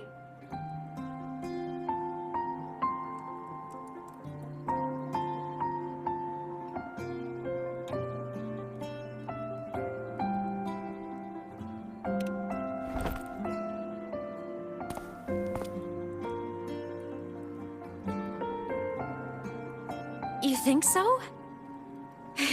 Hearing that from a big old savior like you, well, that's nice.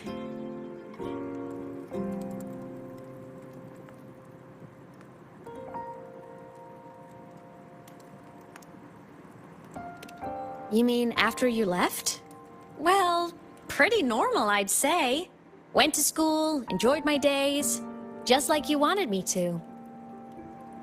And then, I became a ghost. Since then, it's been drifting between the Academy and Void Space.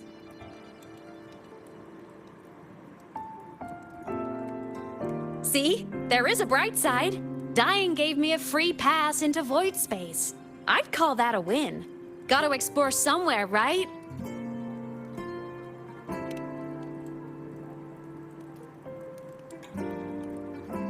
Saw you? Oh, you mean that thing you brought up in class? About me helping you take down the Eye of the Threnodian?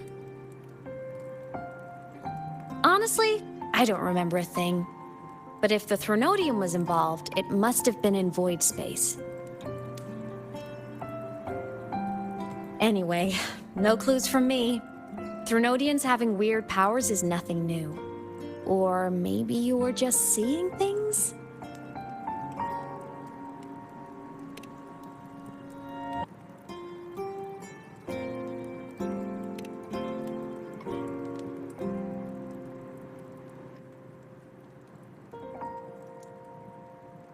Hey, easy now. Just rest here tonight. We'll handle everything tomorrow when you're stronger. Project Rebuilding Myself is going great. Once we reach the Exostrider and recharge with the reactor, we can make for Sigillum and finish it for good. I will take care of the problem for you.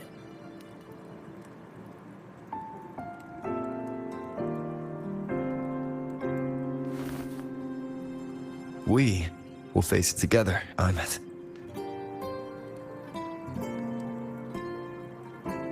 Of course. But for now, bedtime. You take your old room. I'll be in mine.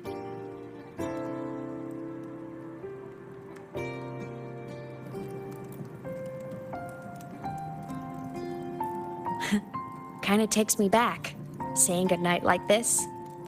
Just like old times.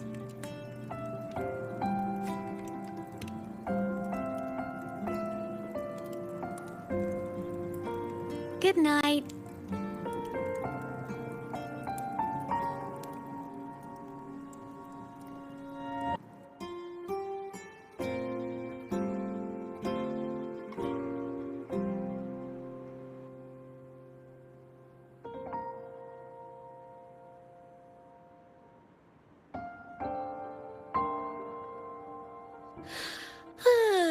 Huh?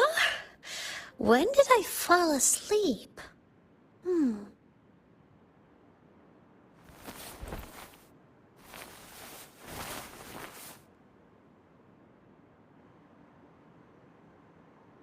My paper plane. I have to show it to him.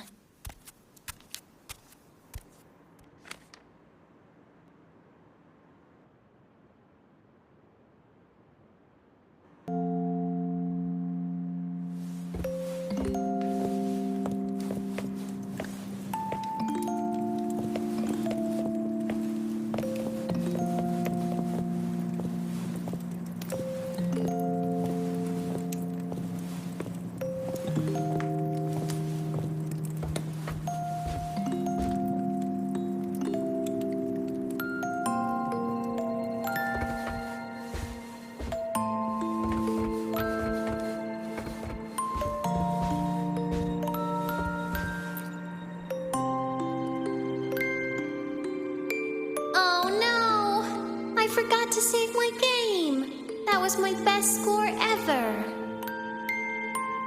Next time, I'll definitely beat his record. I'll show him.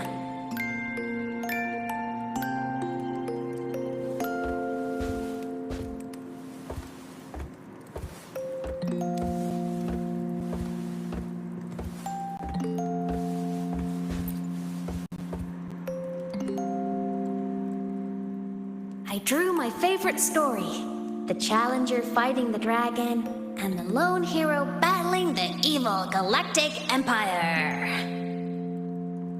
But I can't get the colors of their clothes right. Oh well, I'll just ask him to help me later.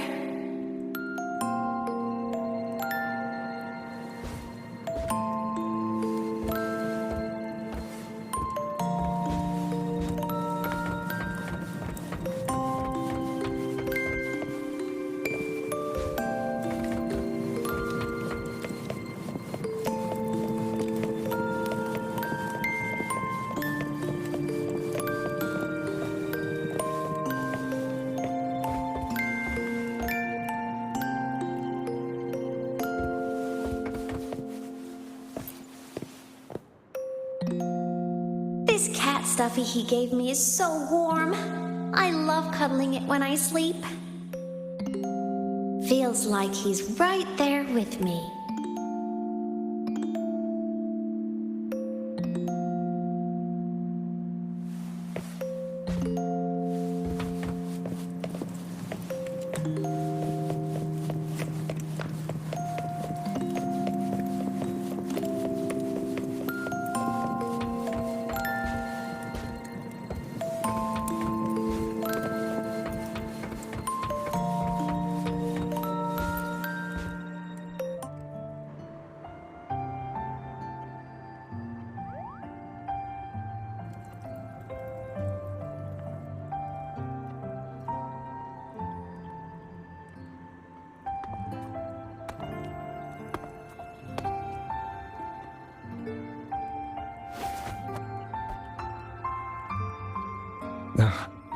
Aemeath, what's wrong?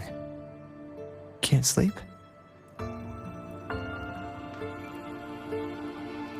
Are you sad right now? No, just thinking about some things. You're lying. You are sad. You see right through me, huh? I'm not sad. Well, to put it in your words, I guess I'm thinking about my homeland. Then, do you want to go back for a visit? I can't go back. Why?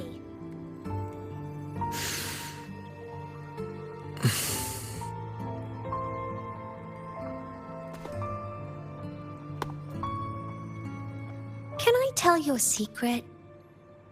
After Mom and Dad went away, my chest always felt all tight and heavy. When people in the tribe talked to me, their voices always sounded really far away. But that day at the lake, after I cried in front of you, the feeling got a little smaller. It didn't feel so bad. I know you can't say this stuff to other people, 'cause they all think you're super strong. But I'm just a kid, and I don't think you're that strong. So, if you need to cry, you can cry with me. I'm really good at keeping secrets. So, you don't have to be sad by yourself. Okay? My homeland is far, far away, Aemeath.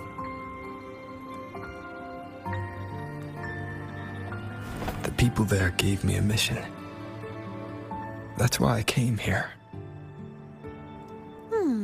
What kind of mission? It must be really important to come so far. It's complicated. Too complicated for you right now.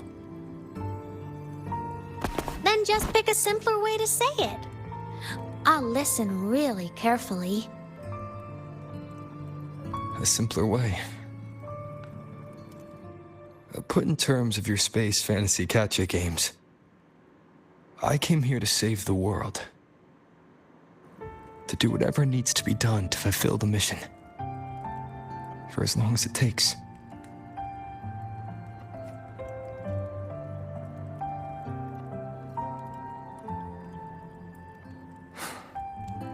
But was it the right thing for me? Because one day, I realized I would never return home. I couldn't stop thinking about that faraway place. More than I ever had before. In what you'd call dreams, I'd go back, stand there, just stare at what I once called my homeland. Even if staring didn't change a thing. Even if it was pointless. Oh, I see. You miss home. Maybe. But talking with you makes it not so bad.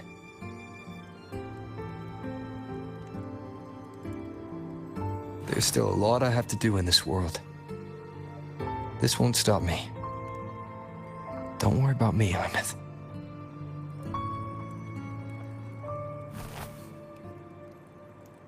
Yeah? I'm your family too. Until you find your real family and can go back to your homeland, I'll be right here with you. Sounds good. Thank you, Aemeath.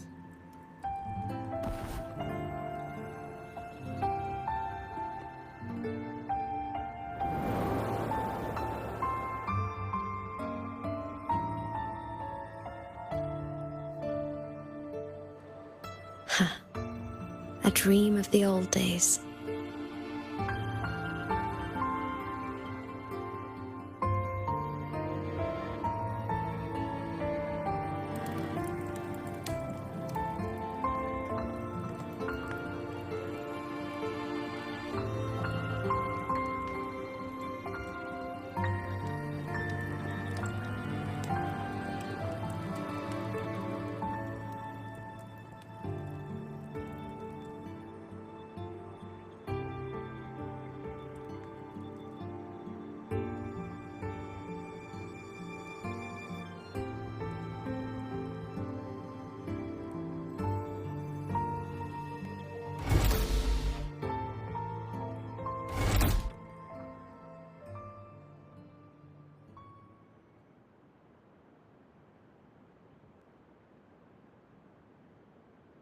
homeland.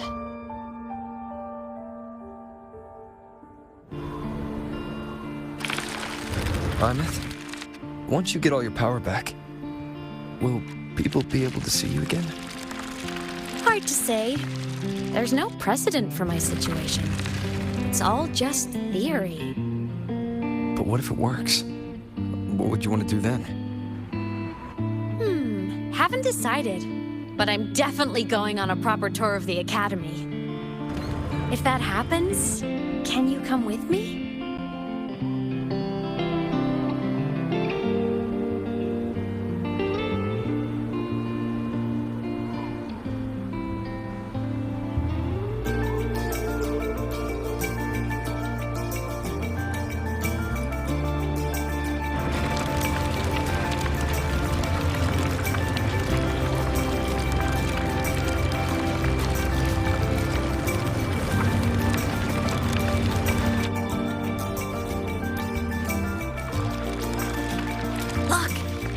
Sleeping.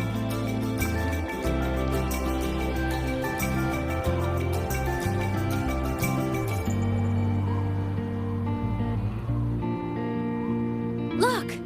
We've reached the Exostrider's feet. Once I find more pieces of my existence here, I'll be strong enough to face Sigillum. We take that thing down, and this is all over. All right. Let's race full speed ahead to the finale!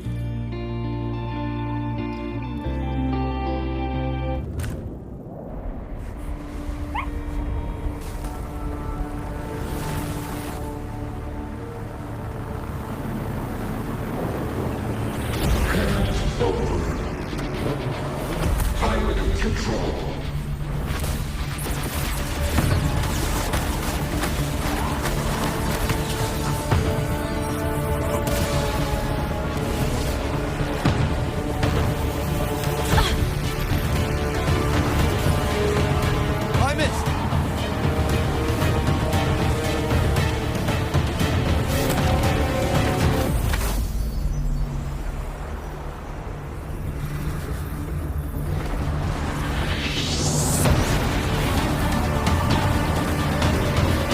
Straight for the Exostrider.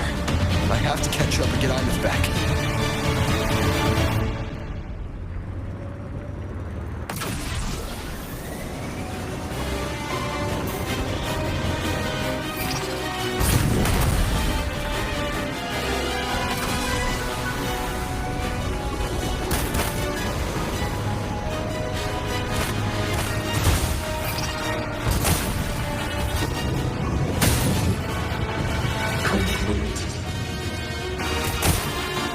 Throwing up barriers to block my path.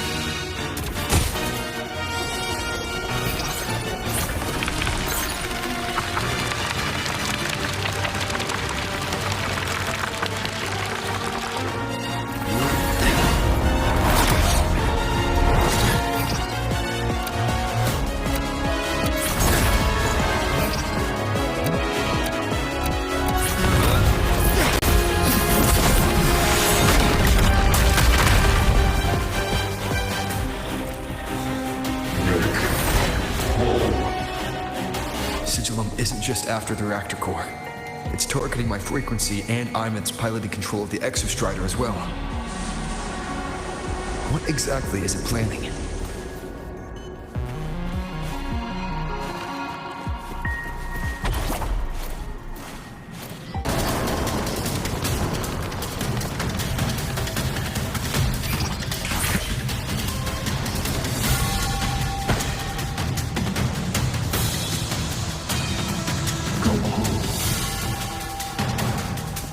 Enough! No more of this stupid idea, Sigillum.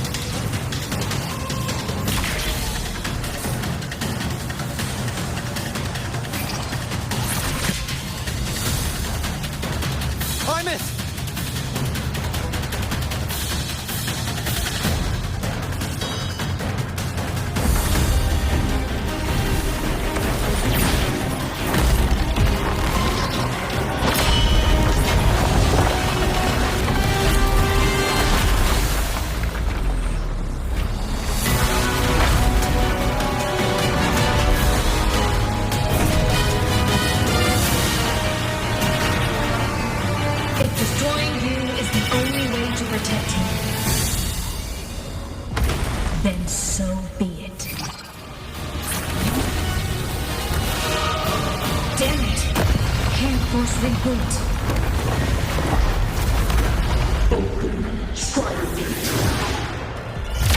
Not while I'm here.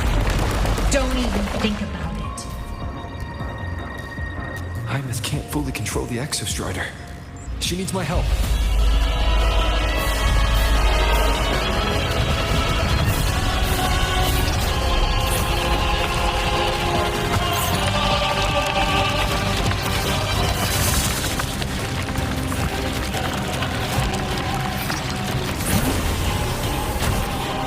It's like Aemeath is doing everything she can to keep Suslam away from me. And then there's the Strider Gate. There must be a connection.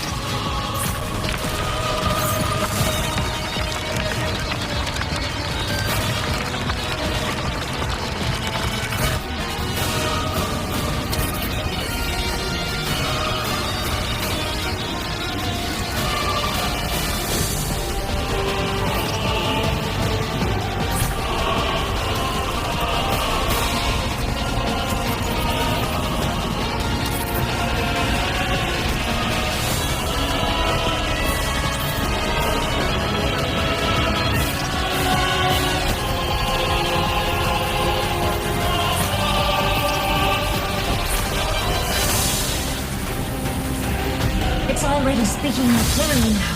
I can't let it drain any more of his frequency.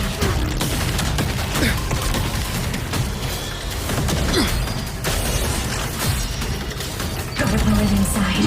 Gotta end this for good.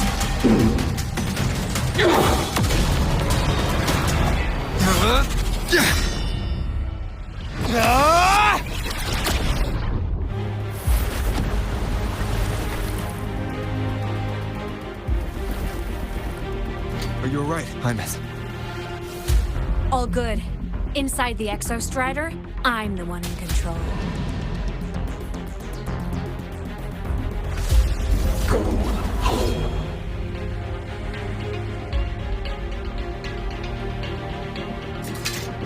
I'll destroy Sigilin. So, just go. Stay away from it, okay? Please. I'm begging you. Aemeath?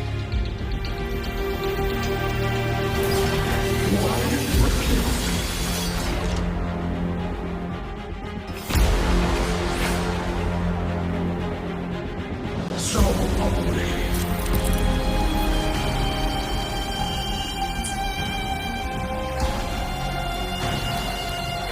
I think you're weak.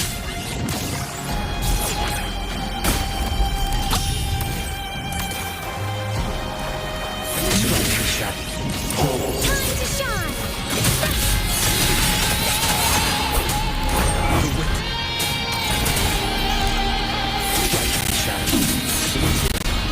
Protection!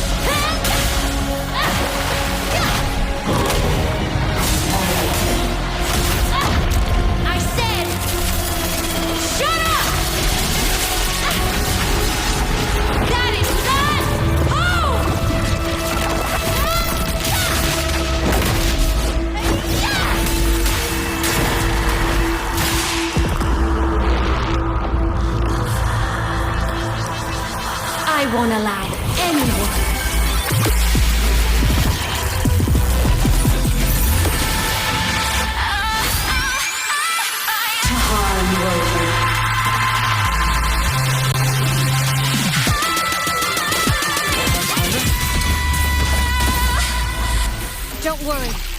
It will end soon.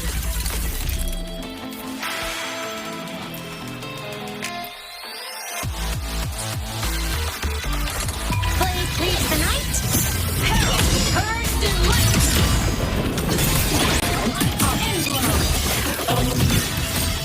Heroes on. Lights up. Lights checked. The Saturday dawn shall melt away.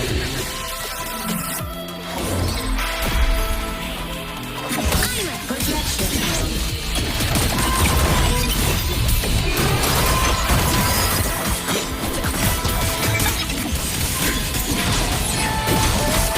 Duty call. Light show for finale. Fire! Order WuWa. Thunder. Body limit unlocked. The savior rises. Soul sing in harmony. To the savior's victory. This mission has become an eternal shackle.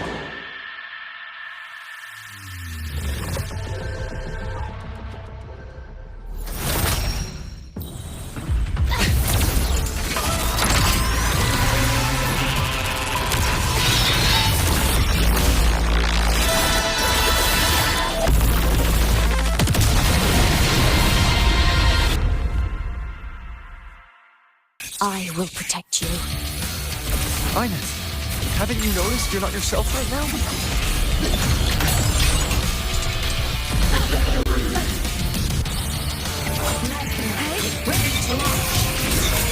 Solar flare. Punch apart. The world is mine to guard. Objective logged. For one call. Powerful silence.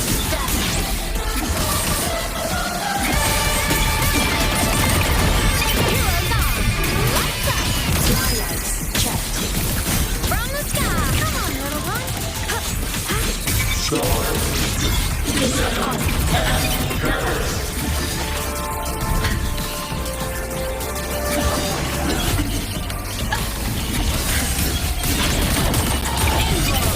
Light show for finale. Fire! Starlight over the seas. Scorch through the void. The world is mine to guard. Objective destroyed. Collector cannon ready. The savior rises.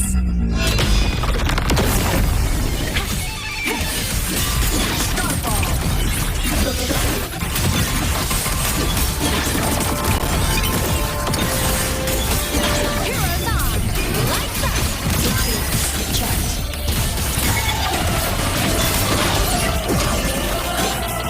At your feet. Soul sing in harmony. To the savior's victory. Light show for finale.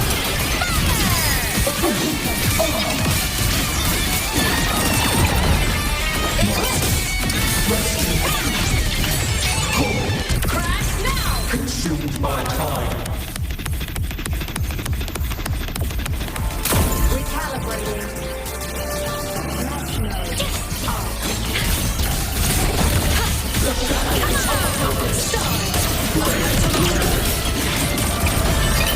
Heroes on. Lights up. Lights checked.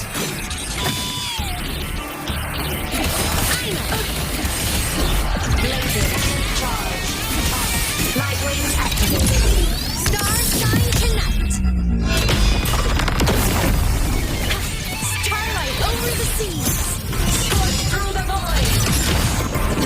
Enter on cue. Trajectory.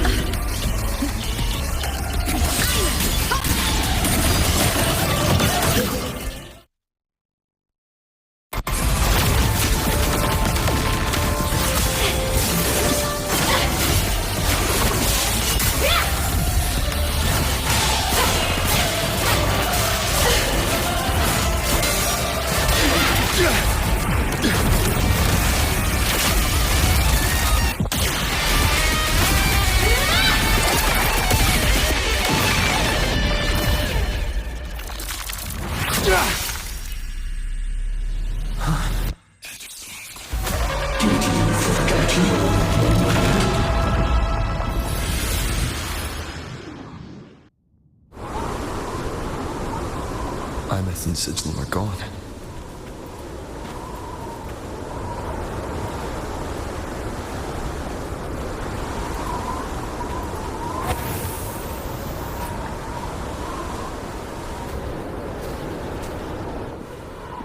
Is this Aemeath's old door?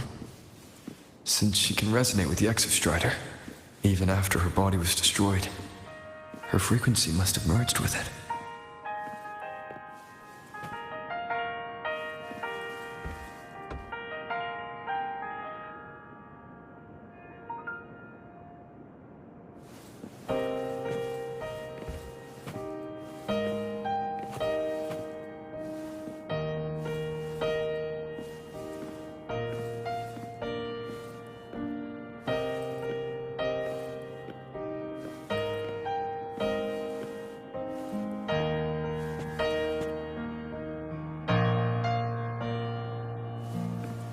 Isn't it so incredible?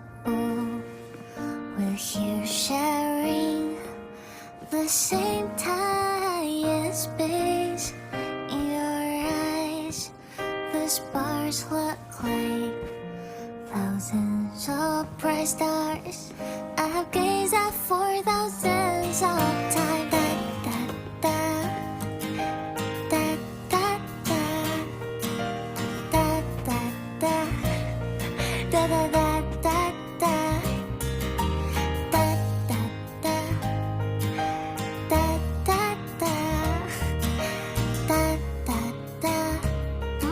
Goodbye. You build a world of miracles, some mundane but precious. A stream of shimmering daily moments return way to my soul. Stop me from drifting in my feet, that solid ground instead. So I sing together. Every light I'm giving all goes back to you, goes back to you.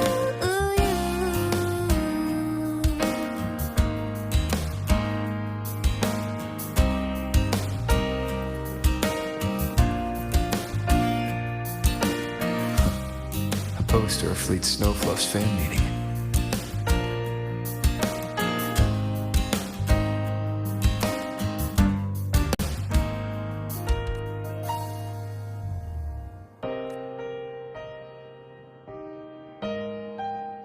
I am Aemeath, the Academy Star, a synchronist, a savior. Please, Don't look at for me.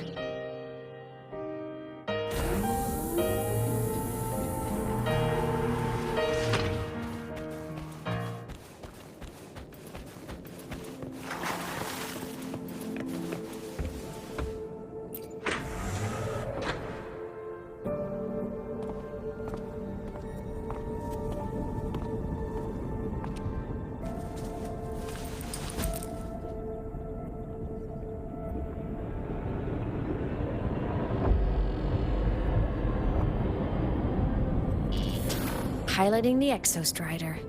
Huh. It doesn't matter to me. But if this is what it takes to lighten his burden and ease his pain,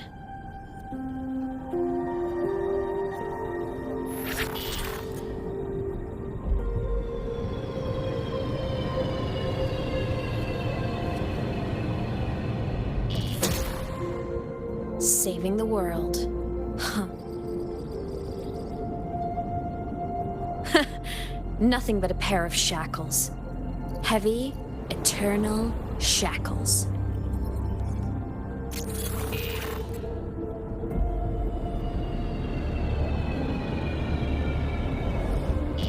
No. He can't ever know this. I must keep this secret.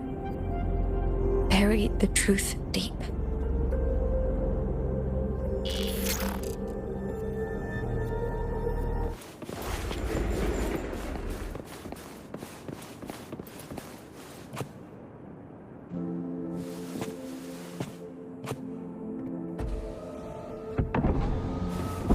Why?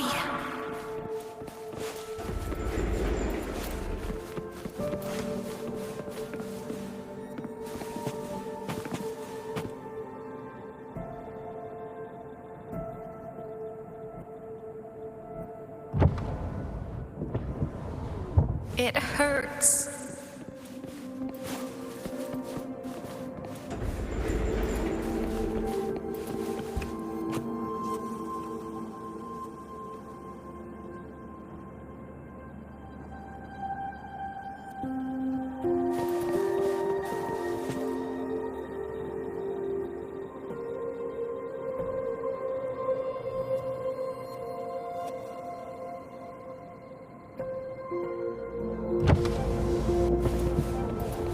What should I do?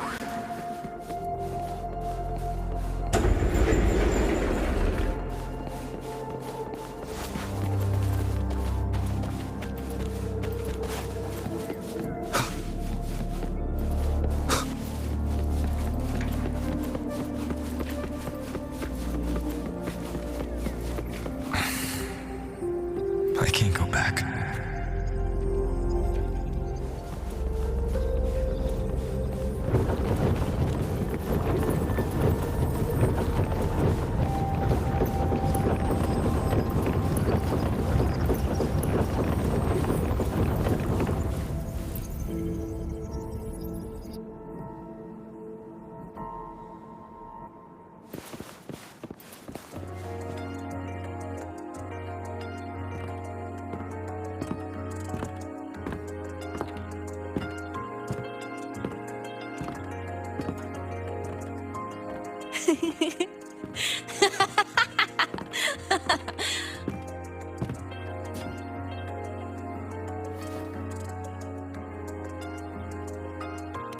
Oh, are you talking to me?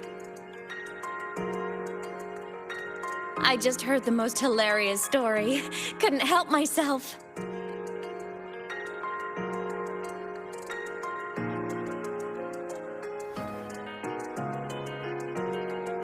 Since you asked, how about I tell you?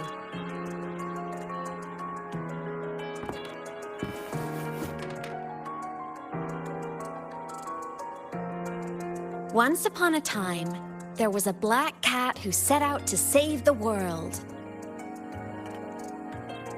Why? Because everyone told the cat it was a savior. The cat didn't get it. When it opened its big golden eyes, it was just stuck in this tiny cardboard box. And inside that tiny box, it was crammed full of even tinier little creatures. The cat was shocked. It had to tiptoe around, careful not to step on anyone.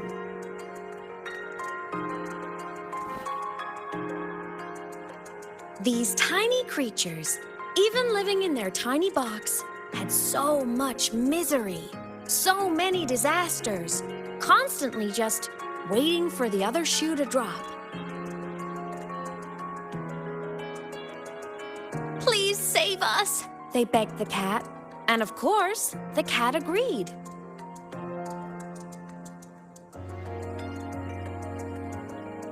Even if they hadn't asked, the cat would have helped anyway, because that's who the cat believed it was. A savior. And so the cat took up its sword, always fighting, always talking, always roving. Saving the world over and over. Until one day, it realized the cardboard box had been sealed shut.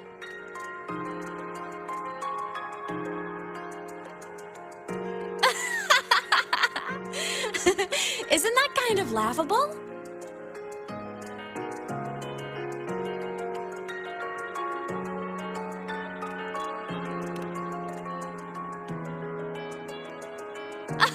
Where's your sense of humor? Isn't it absurd? The sheer ridiculousness of everyone ignoring the fact that it's just a cat.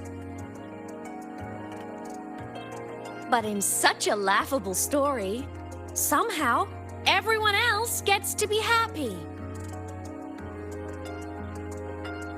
The ones who relied on the cat, the ones who hated the cat, they all got exactly what they wanted.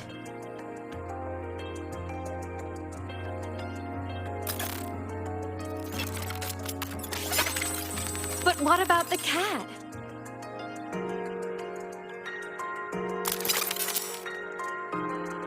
It wants to go home, but no one remembers. The box is sealed shut, and the ones who put the cat in there have already turned their backs on it. Even the cat itself has forgotten.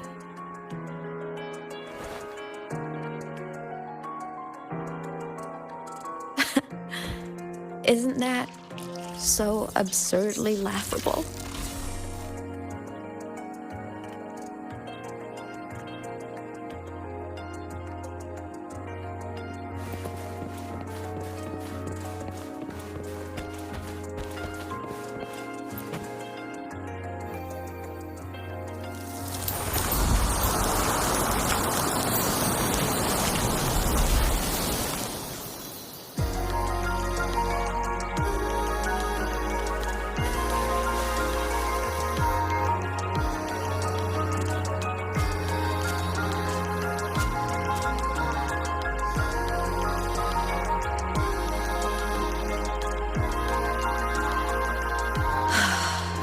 My head's been loud.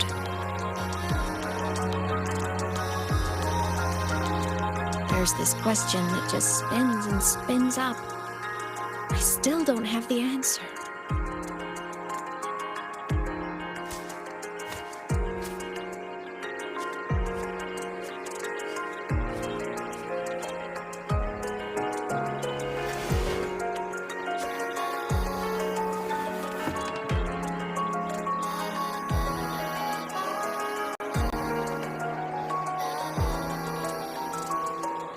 Now that you're here, I want to ask you what you think.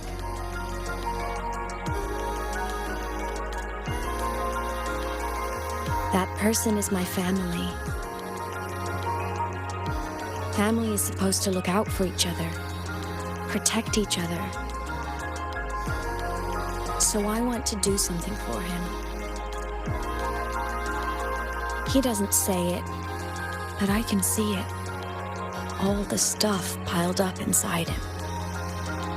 The more you hide, the less you share.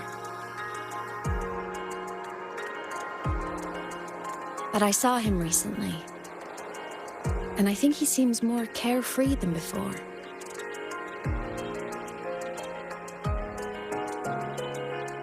The sunlight in Jinjo, the flowers in the Black Shores, the winds of Renacida. He told me all about this new journey. It made me happy, truly happy for him. I guess forgetting can be a blessing. If you don't remember something, it can't hurt you.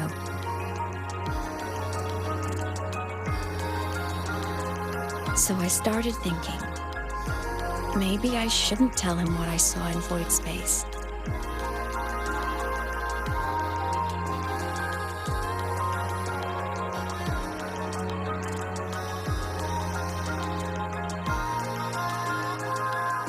All that pain he carried about his home, it's gone now.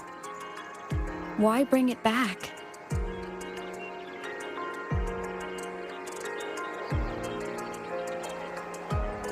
If not knowing is happier, why ruin it?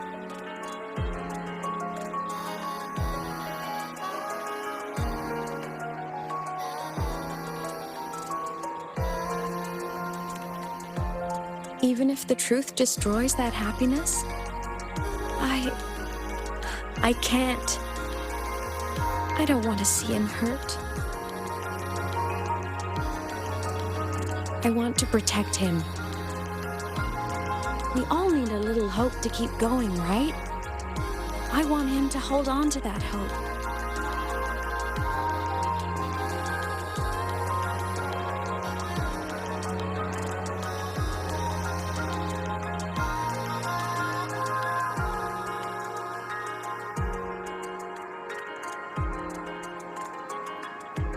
What Sigillum said is unnecessary.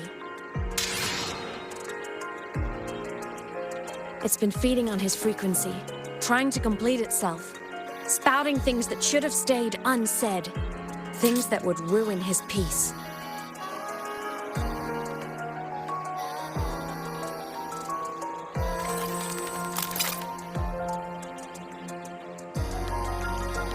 I must destroy it before it spills the truth. I brought it into this world. I'll be the one to take it out, too.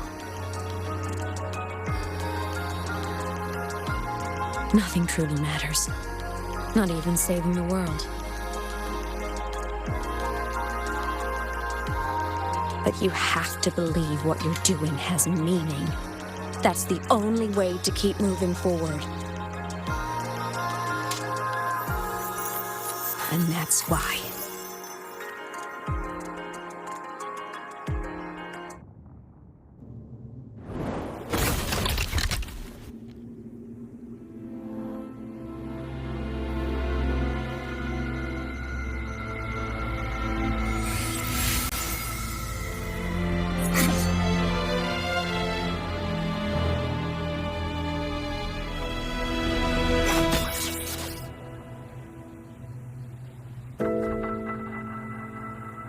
Stop, Aemeath. I told you to stay out of this.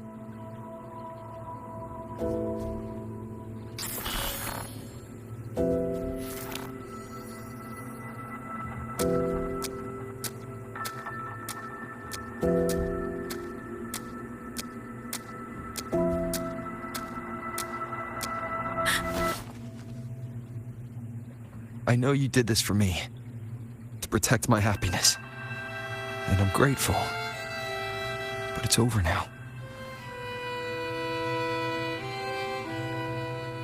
I need to hear it. All of it. Whatever the truth is, it's my burden to carry. My choice to make.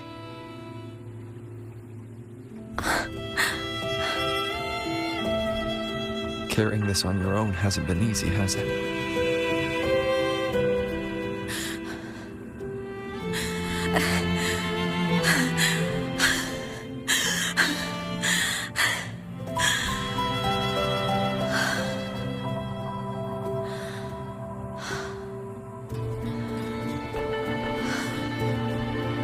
Do you really want this? Even if it changes nothing? Even if it only weighs you down? Things only weigh on us because they matter.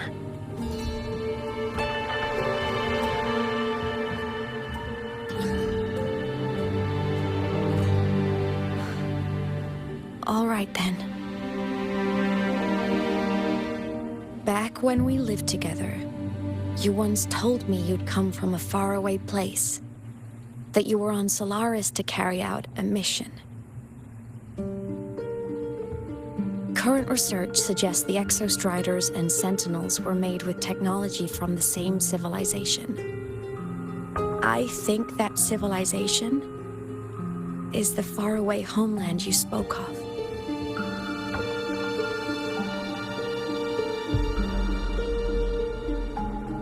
You never spoke of it to me or anyone else again, so I kept it to myself. Until I died and slipped into void space as a digital ghost. As I wandered through the ruins devoured by the Threnodian, I stumbled upon a faint frequency. Your frequency. Time is chaotic inside void space. There's no telling when it has been devoured. But I could feel your warmth in it. After so long without you, I couldn't let it go. I kept it with me. Guided by its strange connection to other frequencies, I traced my way through countless overlapping spaces until I found the remains of an Exostrider. That was when I realized that Exostriders were built to transport Sentinels. They trekked through stars to deliver Sentinels to Solaris. Until, during one jump, the Threnodian Aleph 1 must have noticed them.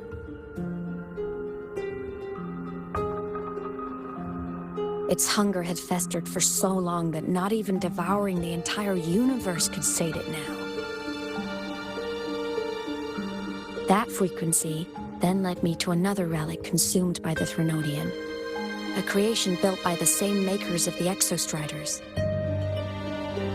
It was beyond my understanding. I could only guess its purpose. A communication satellite. And within its ruined shell, I discovered frequencies tied to you. From those fragments, I saw the messages you sent home. Not about your mission, but full of longing.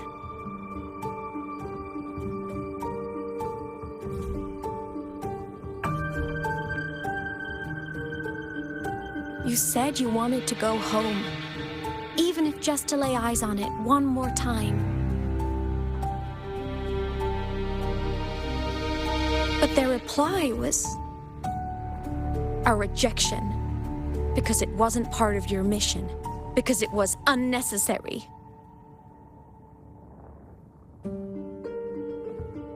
They were the ones who cut communications. They ignored every wish you had outside your mission. They forced you into this life of roving. And still, you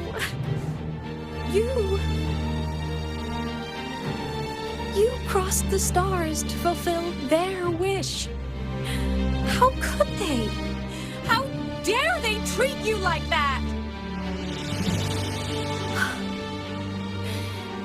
In that moment, I was drowning in pain.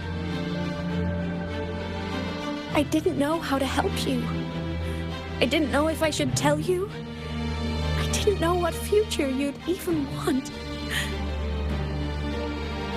That's when your frequency I'd been carrying with me, it was corrupted by the void matter. It tore through my power, and Sigillum was born.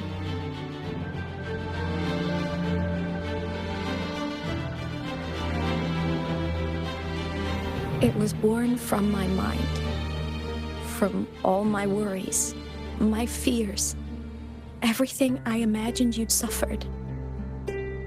At first, it acted on nothing but the instinct to go home. It craved your frequency, trying to make itself whole, trying to seize access to my piloting control. So it could reactivate the Exostrider and cross the Strider Gate to get back home. Exactly. The more of your frequency it consumed, the more coherent it became. I couldn't let you hear those words, so I tried to destroy it. This is what I've been keeping from you. I'm sorry.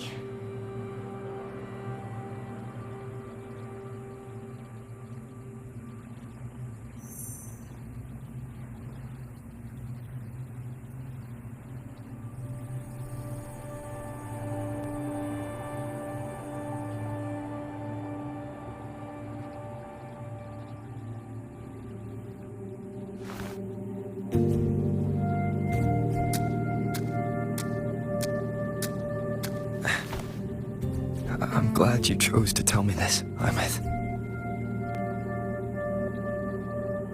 Hearing this, it's a lot to process. I'd be lying if I said it wasn't. I just need time to figure out my next move. This homeland of mine, even saying it feels strange to me. But don't worry. The journey I've had since losing my memories, the hope I found, that's mine to keep. No one can take that. Saving the world? I never saw it that way. The people and civilizations I met, they saved themselves. I was just there to help. Jinzhou soldiers fought through retroact rain till dawn. The Black Shore's bloom bearers ran themselves ragged across distant lands. Renacita's factions all dared to defy the dark tide. The High Roy's people never stopped reaching for the stars. I'm no savior who fell from the sky, and no one ever saved themselves by waiting for one. There's been plenty I couldn't do. Losses I couldn't prevent. Sacrifices I had to accept. But I'd do it all again. Every bit of it. If this was a mission from my past, I'd be lying if I said I didn't care what they thought of me now. But that's a question for later. Right now, we have more important threats to face. The fact that I choose this path even without my memories, that tells me this is who I am. I can't stand by while the lament brings suffering. I care about this world too much. But I'm afraid you'll feel alone. With everyone here? With you here? Not a chance. I will be there for everyone as we head toward our shared future, leaving the past behind.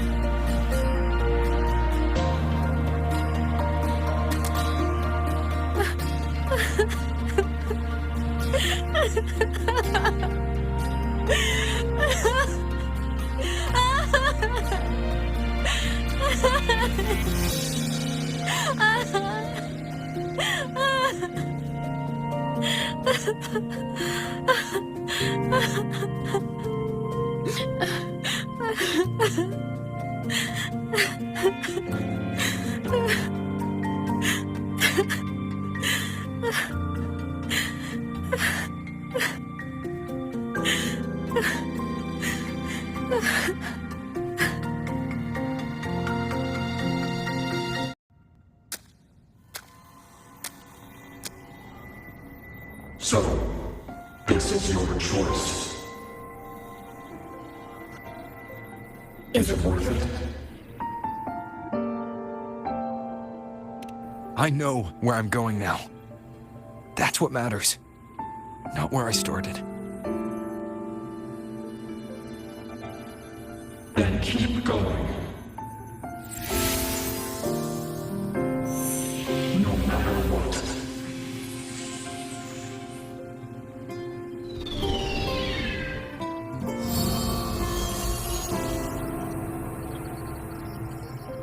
The core! It's returned to the Exostrider. It's one step closer to finally awakening! And you? Your power should be restored now that Sigillum is gone. It's more than restored. The core's return has rebuilt my frequency from the ground up. I'm a full Exostrider resonator now. My original body is still gone, of course. I'll always be a ghost in the machine. But my existence is now strong enough to be detected.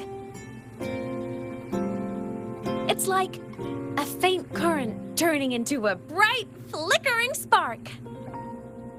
So will others be able to see you now? That's right. Guess our little road trip movie's come to an end. Time to head back to Star Torch Academy. Together.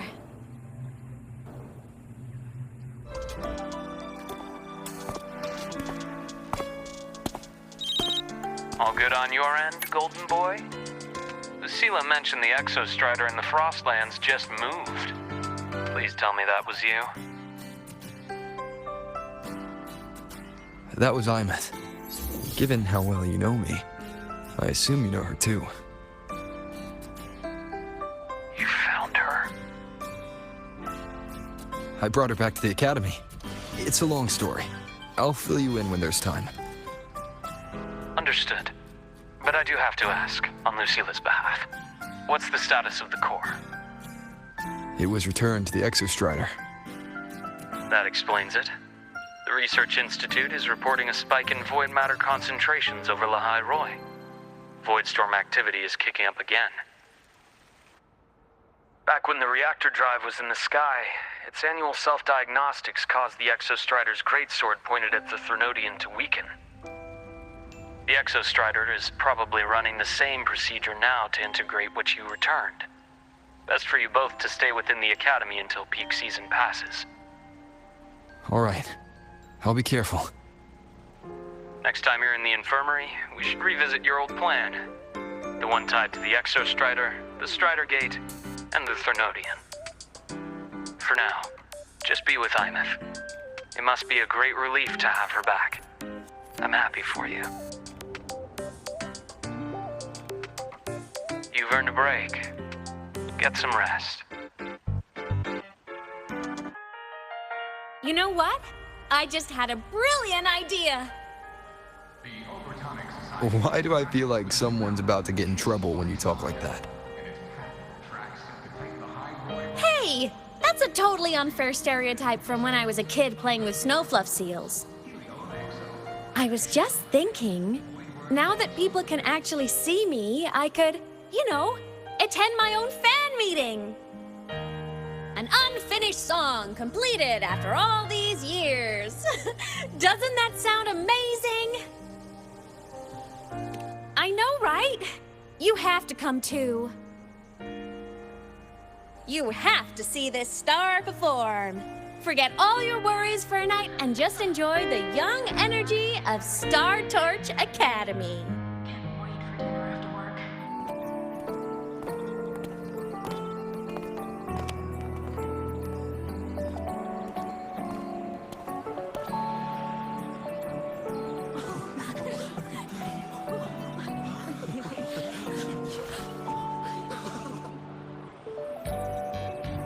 For years, the little website I threw together to post songs kept getting comments.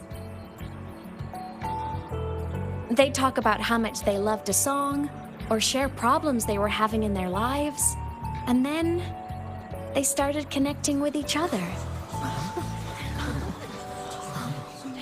I never saw myself as a hitmaker. I was just an amateur, singing what was in my heart. But over time, they stopped being just my songs. They became a melody that connected people. If my listeners want a complete song, I'll finish it for them. Or maybe for me, too. You really do care about the people of Lahairoi, don't you, Aemeath? I guess I do now. Wouldn't have said that at the start, though. To be honest, I never had some grand passion. Before I became a ghost, I just wanted to live an easy, happy life and try a little bit of everything.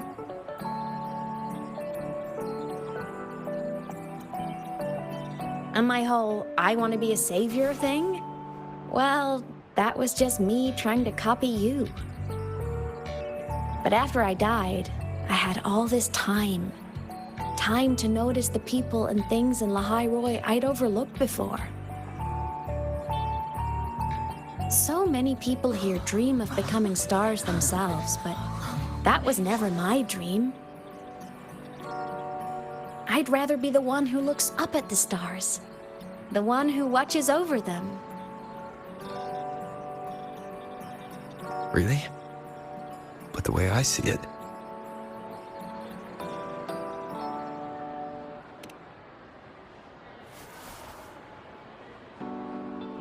go on then, Aemeath. I want to hear you sing. You'd better, because you're my most important audience today. But first, you need a better look for the show.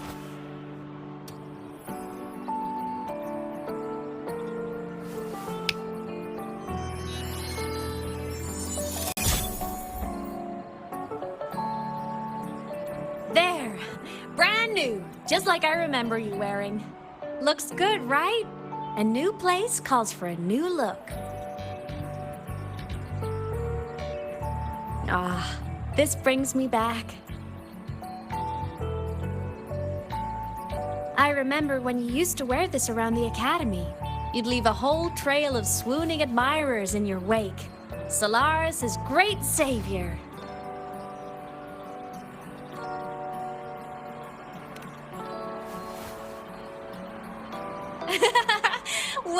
Are you blushing? Since when is having charm a bad thing? Now, go grab that seat over there. Best view in the house. I scouted it myself back when I used to nap through lectures. As for me, it's showtime.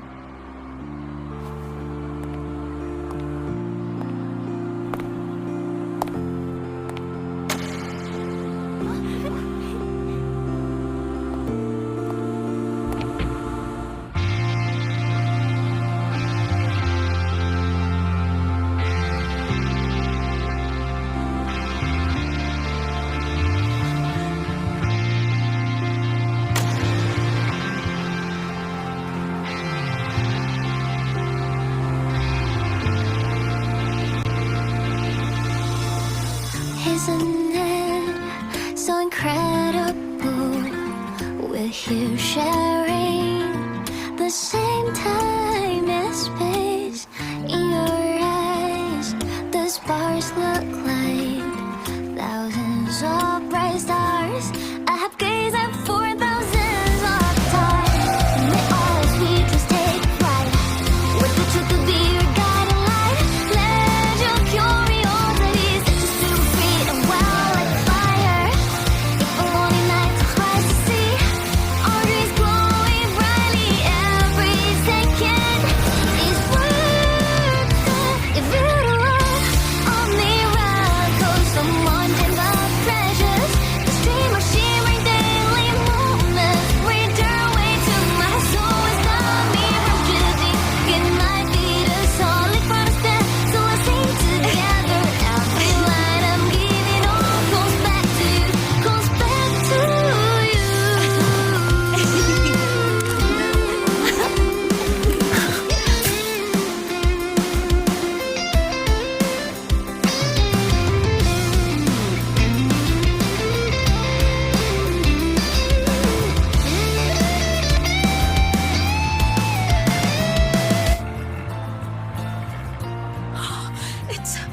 It's her!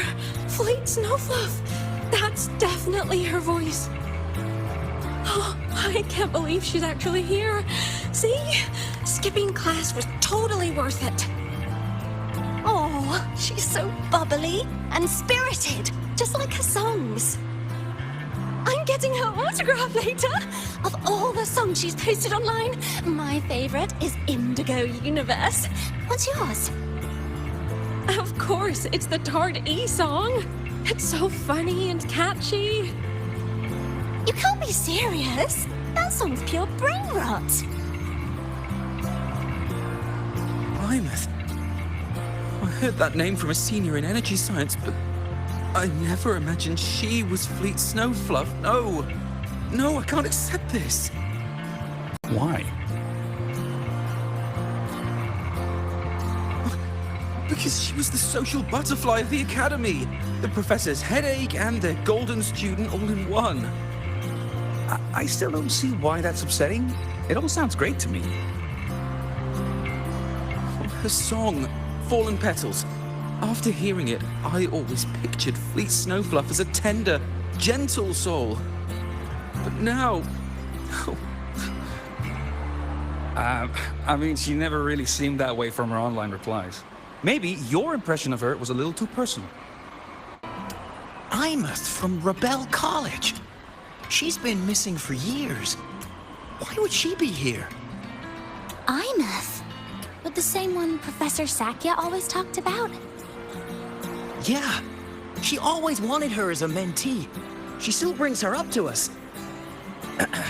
I thought the biggest problem would be that little rascal refusing to finish her studies, or me finally losing my mind from her antics. I never thought she'd just vanish. Professor Sakya is going to be over the moon to see her. Can't believe I've lived to hear the full version of this song. I'm gonna cry. Oh, you're so talented. Why did you stop posting new songs all these years? An autograph! Please, Fleet Snowfluff! All right. Dry your tears. Autograph coming right up. Why haven't I been writing? Oh, You know how inspiration goes.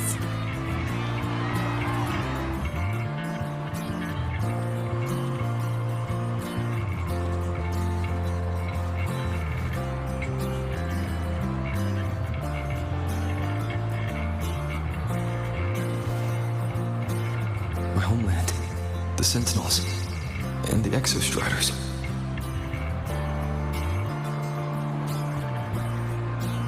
The Exostriders were built to transport the Sentinels. The wreck Aemeath found in the void matter suggests not all of them made it through. The wreck's design matches the Exostrider here in the High Roy, the one forced to go offline to stop the Thenodian. Their power should be comparable. So, why was one destroyed and devoured, while the other managed to stop the Thenodian and seal the Strider Gate with its greatsword? Where did that strength come from? There's a piece that's missing.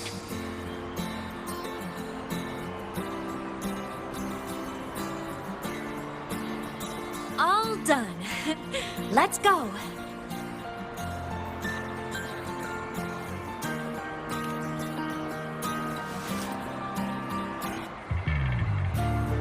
Please, a little meet and greet? I used to host huge parties at the Academy. So, where to next? A wander about the Academy, just like we planned. No rush, just a quiet stroll.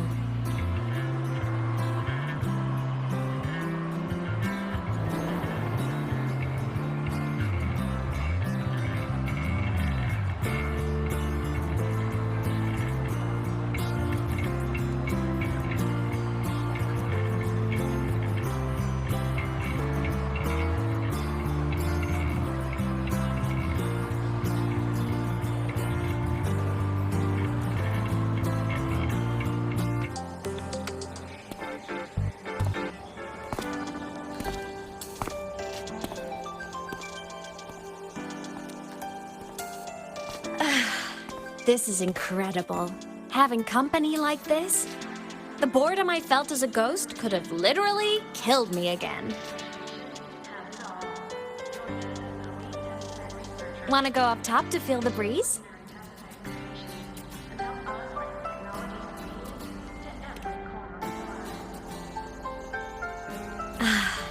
I'm so happy right now.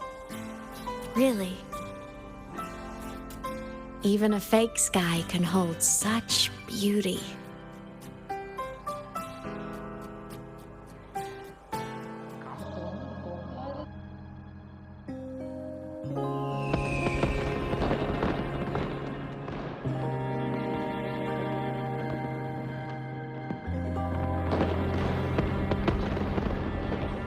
Now that your frequency is stable, what will you do next?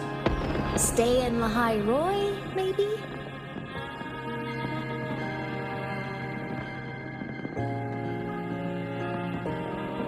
The Thenodian here needs to be dealt with first. Of course. Typical workaholic. I knew you'd say that. Aleph 1 won't be an easy fight. But I believe in you. You're the one who keeps making the impossible possible.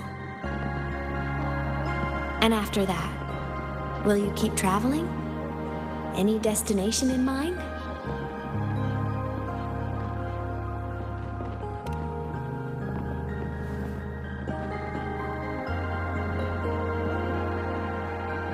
Of course. Take your time. This world you've chosen is vast. You can go anywhere.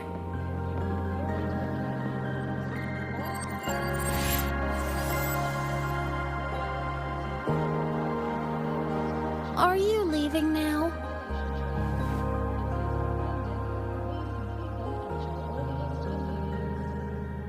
Yes. There's something I have to do. The Academy will look after you.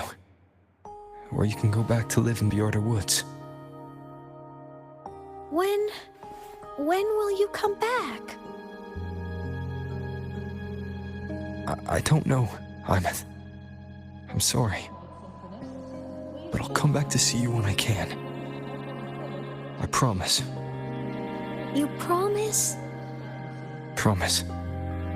Then I'll wait for you here in Lahairoi.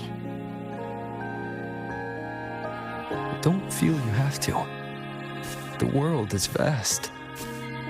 Don't let me or Lahairoi hold you back. But you can live for so many years. What if I'm gone by the time you return?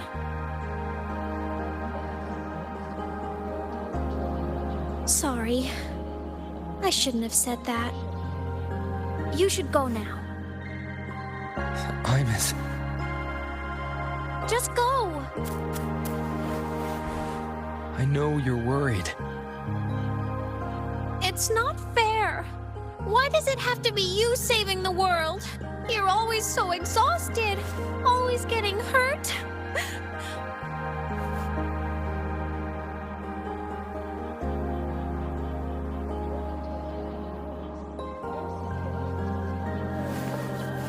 Look, Aemeath.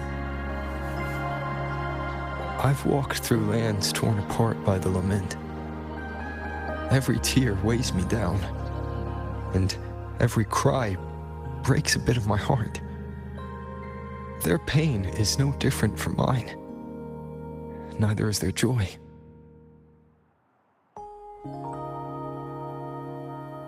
So if I can help, I will. I have to. Then I'll be the one to protect you someday. You protect me. Yes! You're not invincible. You get hurt, you get tired, you get sad. You're just like everyone else in this world.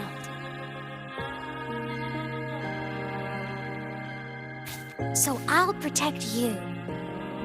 I'll chase off anyone who tries to hurt you, like Katia from Space Fantasy. I'll become a savior, just like you. Don't laugh! I'm serious! All right. I'll stop now. I know you're serious. And I'm listening to every word. I'll be counting on you then, Aemeath.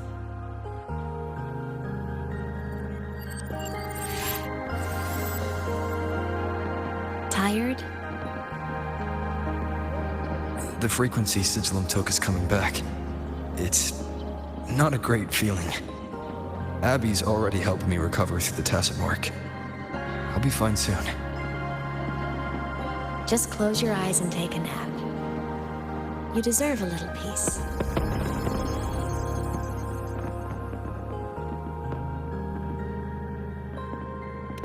You can count on me.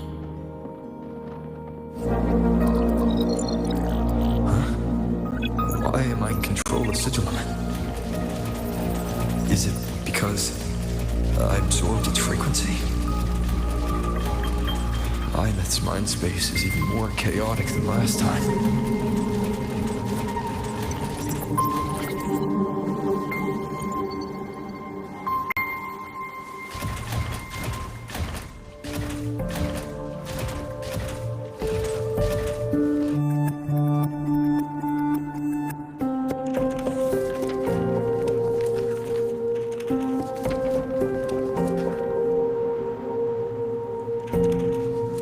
Sigillum. Back for more? Thought I made a mess of you last time.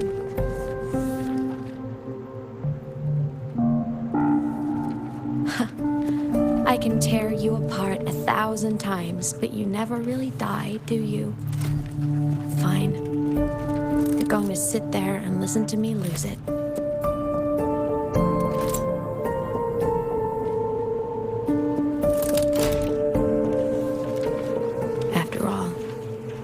There's no one else to hear this.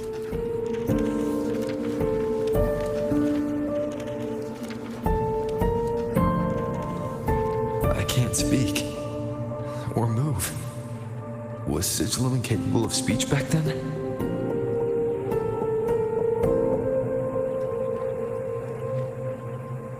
You know, I found something interesting in the Exostrider's reactor drive. A message left by my future self. Years ago, while sailing the stars towards Solaris, an Exostrider caught the attention of Aleph 1. Both of them tore through the Strider Gate, clashing in the caverns deep below. The Exostrider has combat features, but it was still no match for Aleph 1. Its body was shattered, energy nearly depleted, and void matter kept pouring through the Strider Gate. Aleph 1 kept pushing, desperate to squeeze its whole disgusting bulk into this world. It was almost successful. It would have ended everything. But then a girl named Aemeath emerged from inside the Threnodian itself. The great savior, making her dramatic entrance at the final moment.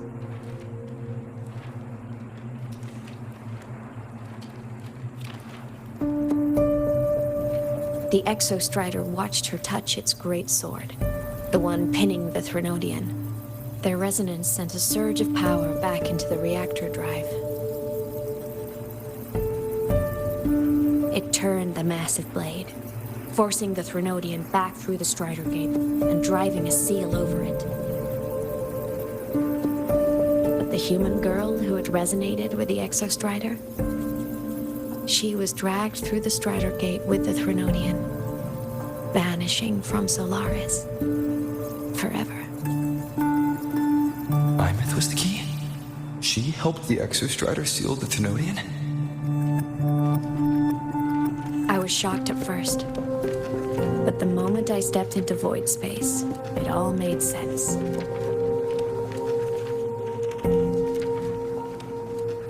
This distorted black hole of a realm where time and space are warped. It appeared when the Threnodian came to Solaris. Anything lost inside can exist in multiple moments at once. Things caught in it can be thrown into junctures of time they were never part of.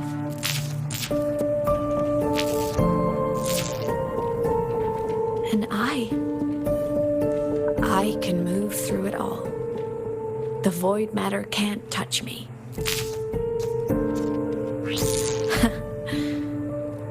Do you have any idea what this means? Aemeath, where is this going? It means I can use it to go back. Back to the very moment Aleph 1 descended.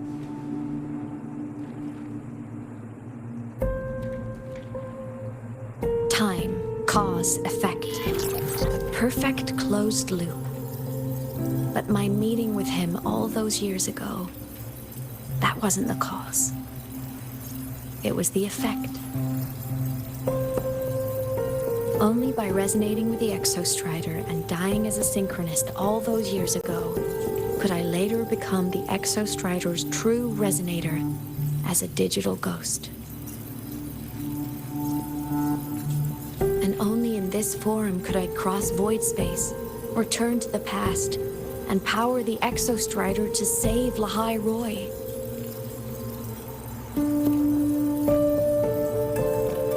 And only because Lahai Roy survived could he have ever come here, rescue my younger self, and let me grow up here to become the chosen synchronist in the first place.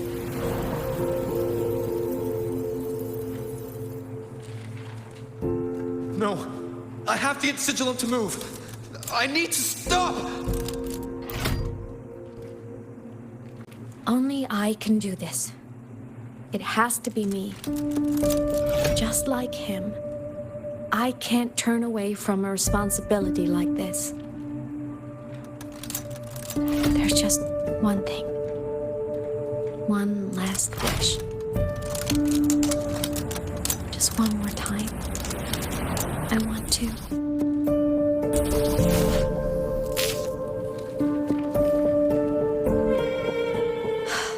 For over 10 years now, I've tried the same thing.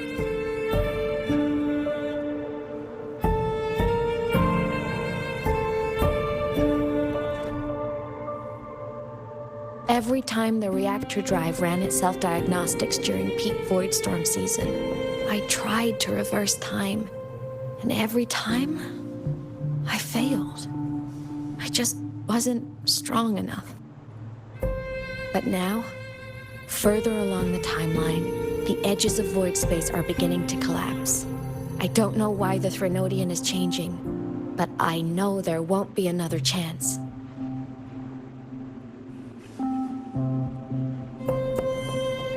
I have to make the jump now, during this peak season, while void space is still stable.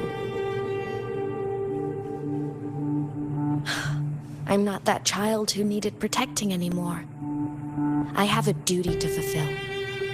Lahai Roy is my responsibility. So if I can help, I will. I have to. But before I go, I want to see him again. That's my one selfish wish.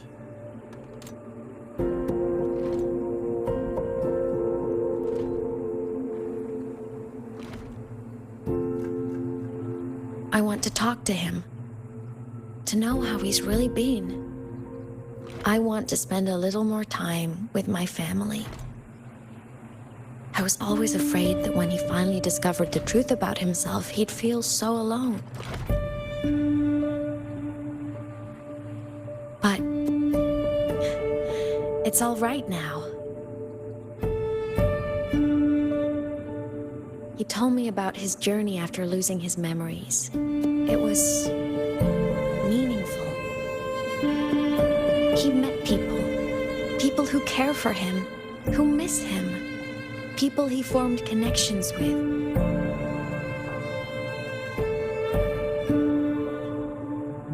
So even knowing the truth about his homeland now, he won't be alone. He has a reason to keep living. That's enough for me. Now I can finally let go.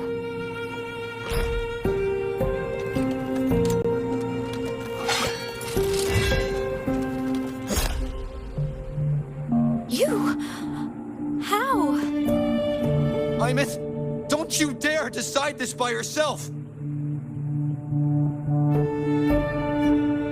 You're the one who taught me that my pain is no different from anyone else's. I can't turn my back on the responsibility I have.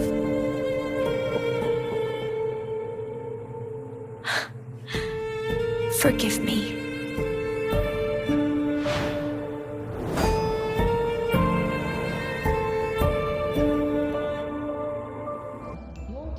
Aemeath!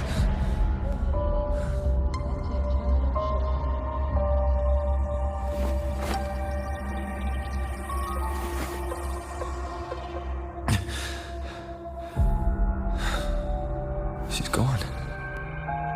This is the piece I was missing. Luke said the core's self-diagnostics would trigger peak void storm season. She knew. When she returned to the core, she already knew. She's been waiting for this moment. Waiting to travel back in time. The lake in the Frostlands. The void matter is densest at its depths. If I'm lucky, I can find a way into void space from there. I can still catch up to her. I have to move now.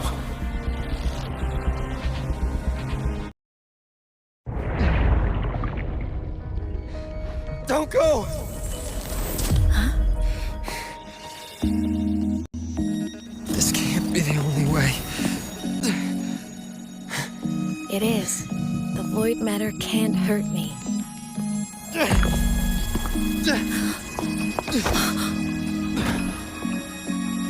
Don't try to save everyone on your own.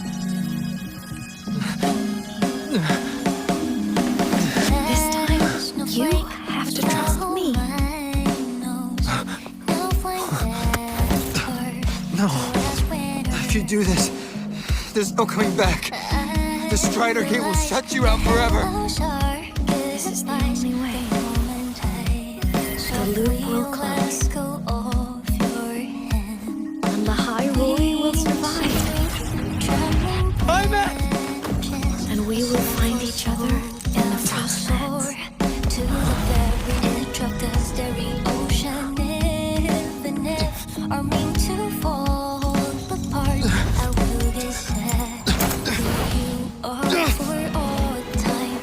Above all, yes, may your path be clear. May you get aware.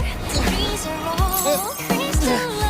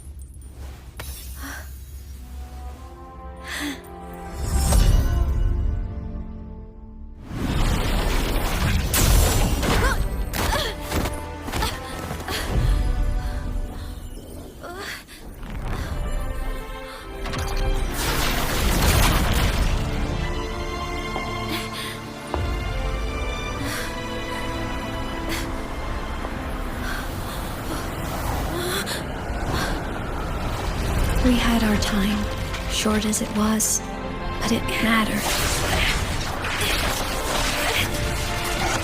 But even family can't stay together forever. The time to part always comes.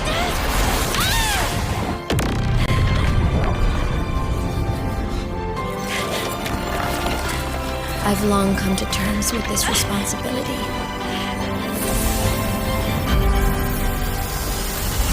I don't regret a thing.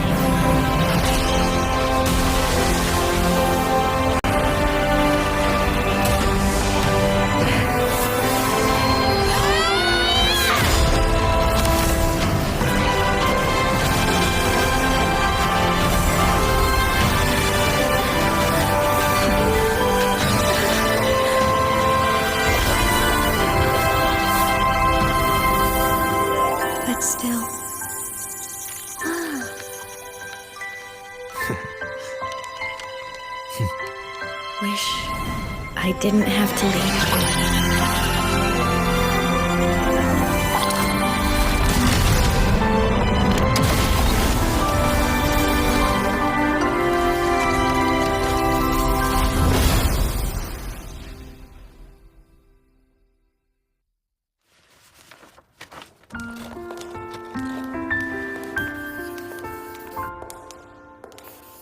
So, what kind of person do you want me to be when I grow up?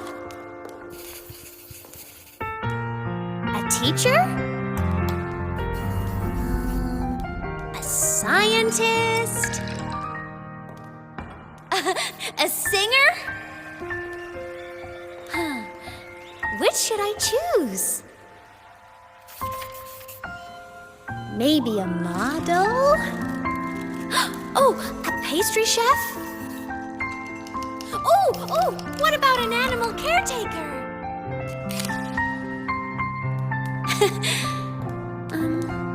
What would make you proud? Aemeath? My only wish for you is that you live a happy life. I see. And you? What's your wish for me? I wish that in your long, long life, you never forget how to feel the sorrow and the joy. Oh, getting to share this final journey with you makes me so happy.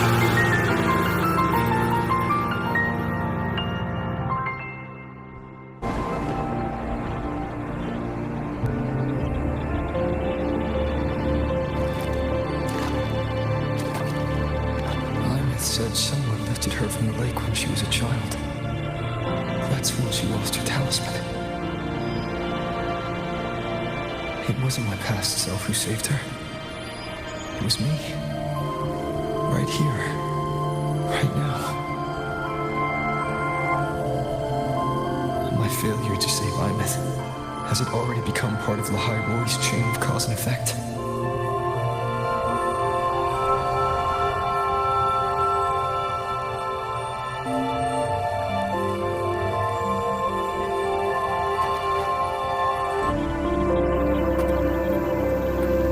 There's still a way. I can't give up here.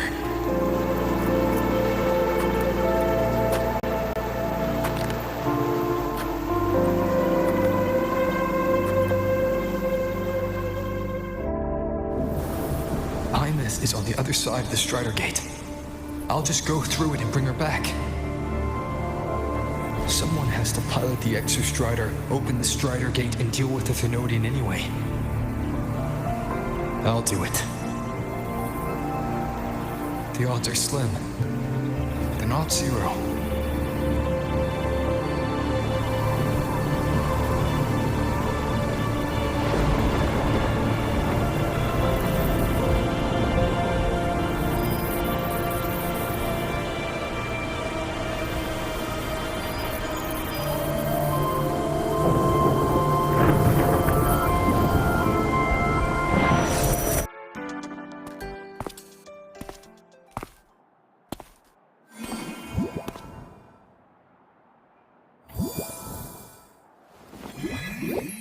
Welcome back, Symphonist. Your daily training regimen is being formulated and will be sent to your terminal shortly. It touched the talisman, then ran away. Is it trying to lead me somewhere?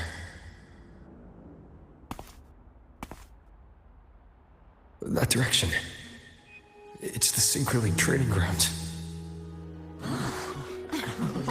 What's wrong? The simulation pod won't open? Seems so. It bugged out with an emergency error and just locked down. Maintenance is on the way. But it's showing it's occupied. Class just started. No one could have gotten in yet.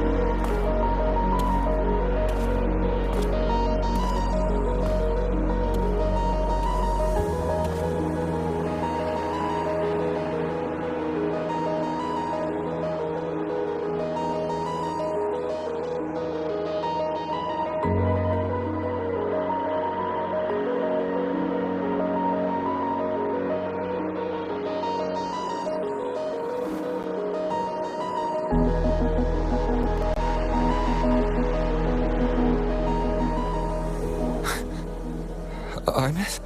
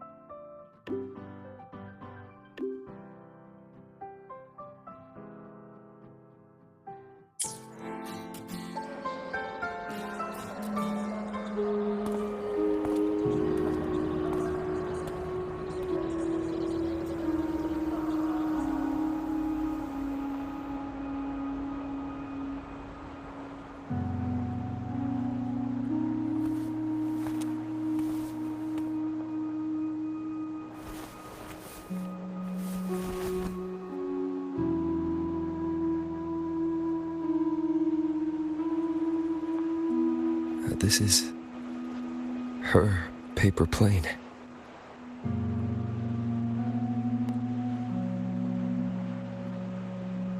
You can keep it, if you'd like.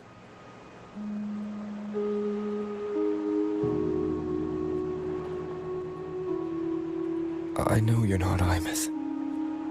You're only a piece of what she left behind, kept alive by this talisman.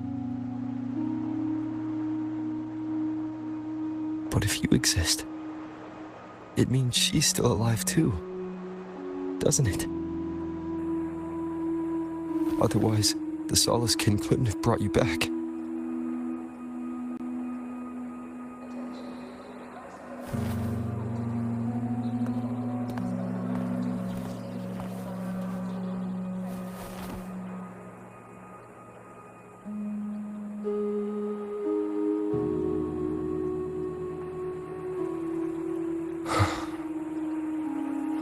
So, it wasn't for nothing.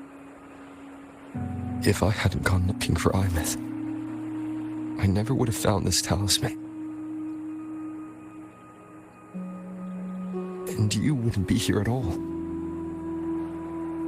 Luke told me you're a piece of her, a thread that might still tie her to this world. If I follow it, maybe I can find where she is.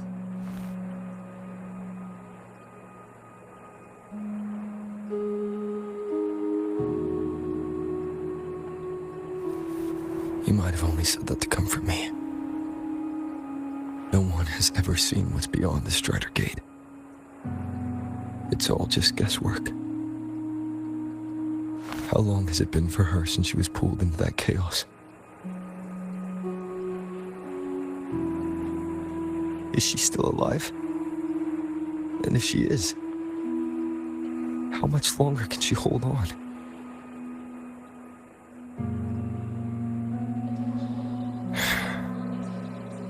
I don't know.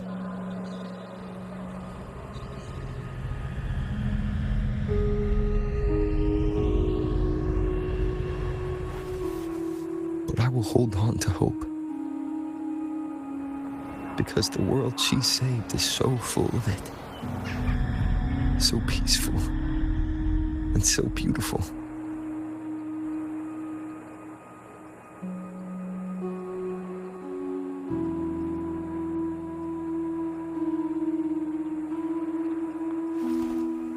It's strange, seeing Aemeath so quiet like this.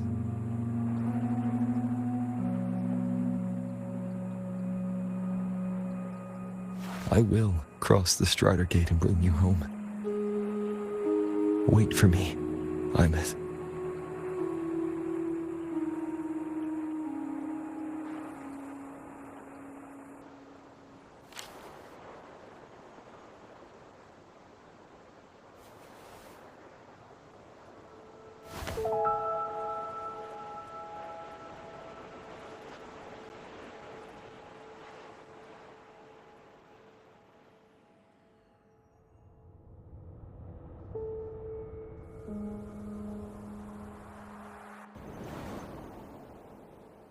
Don't be sad.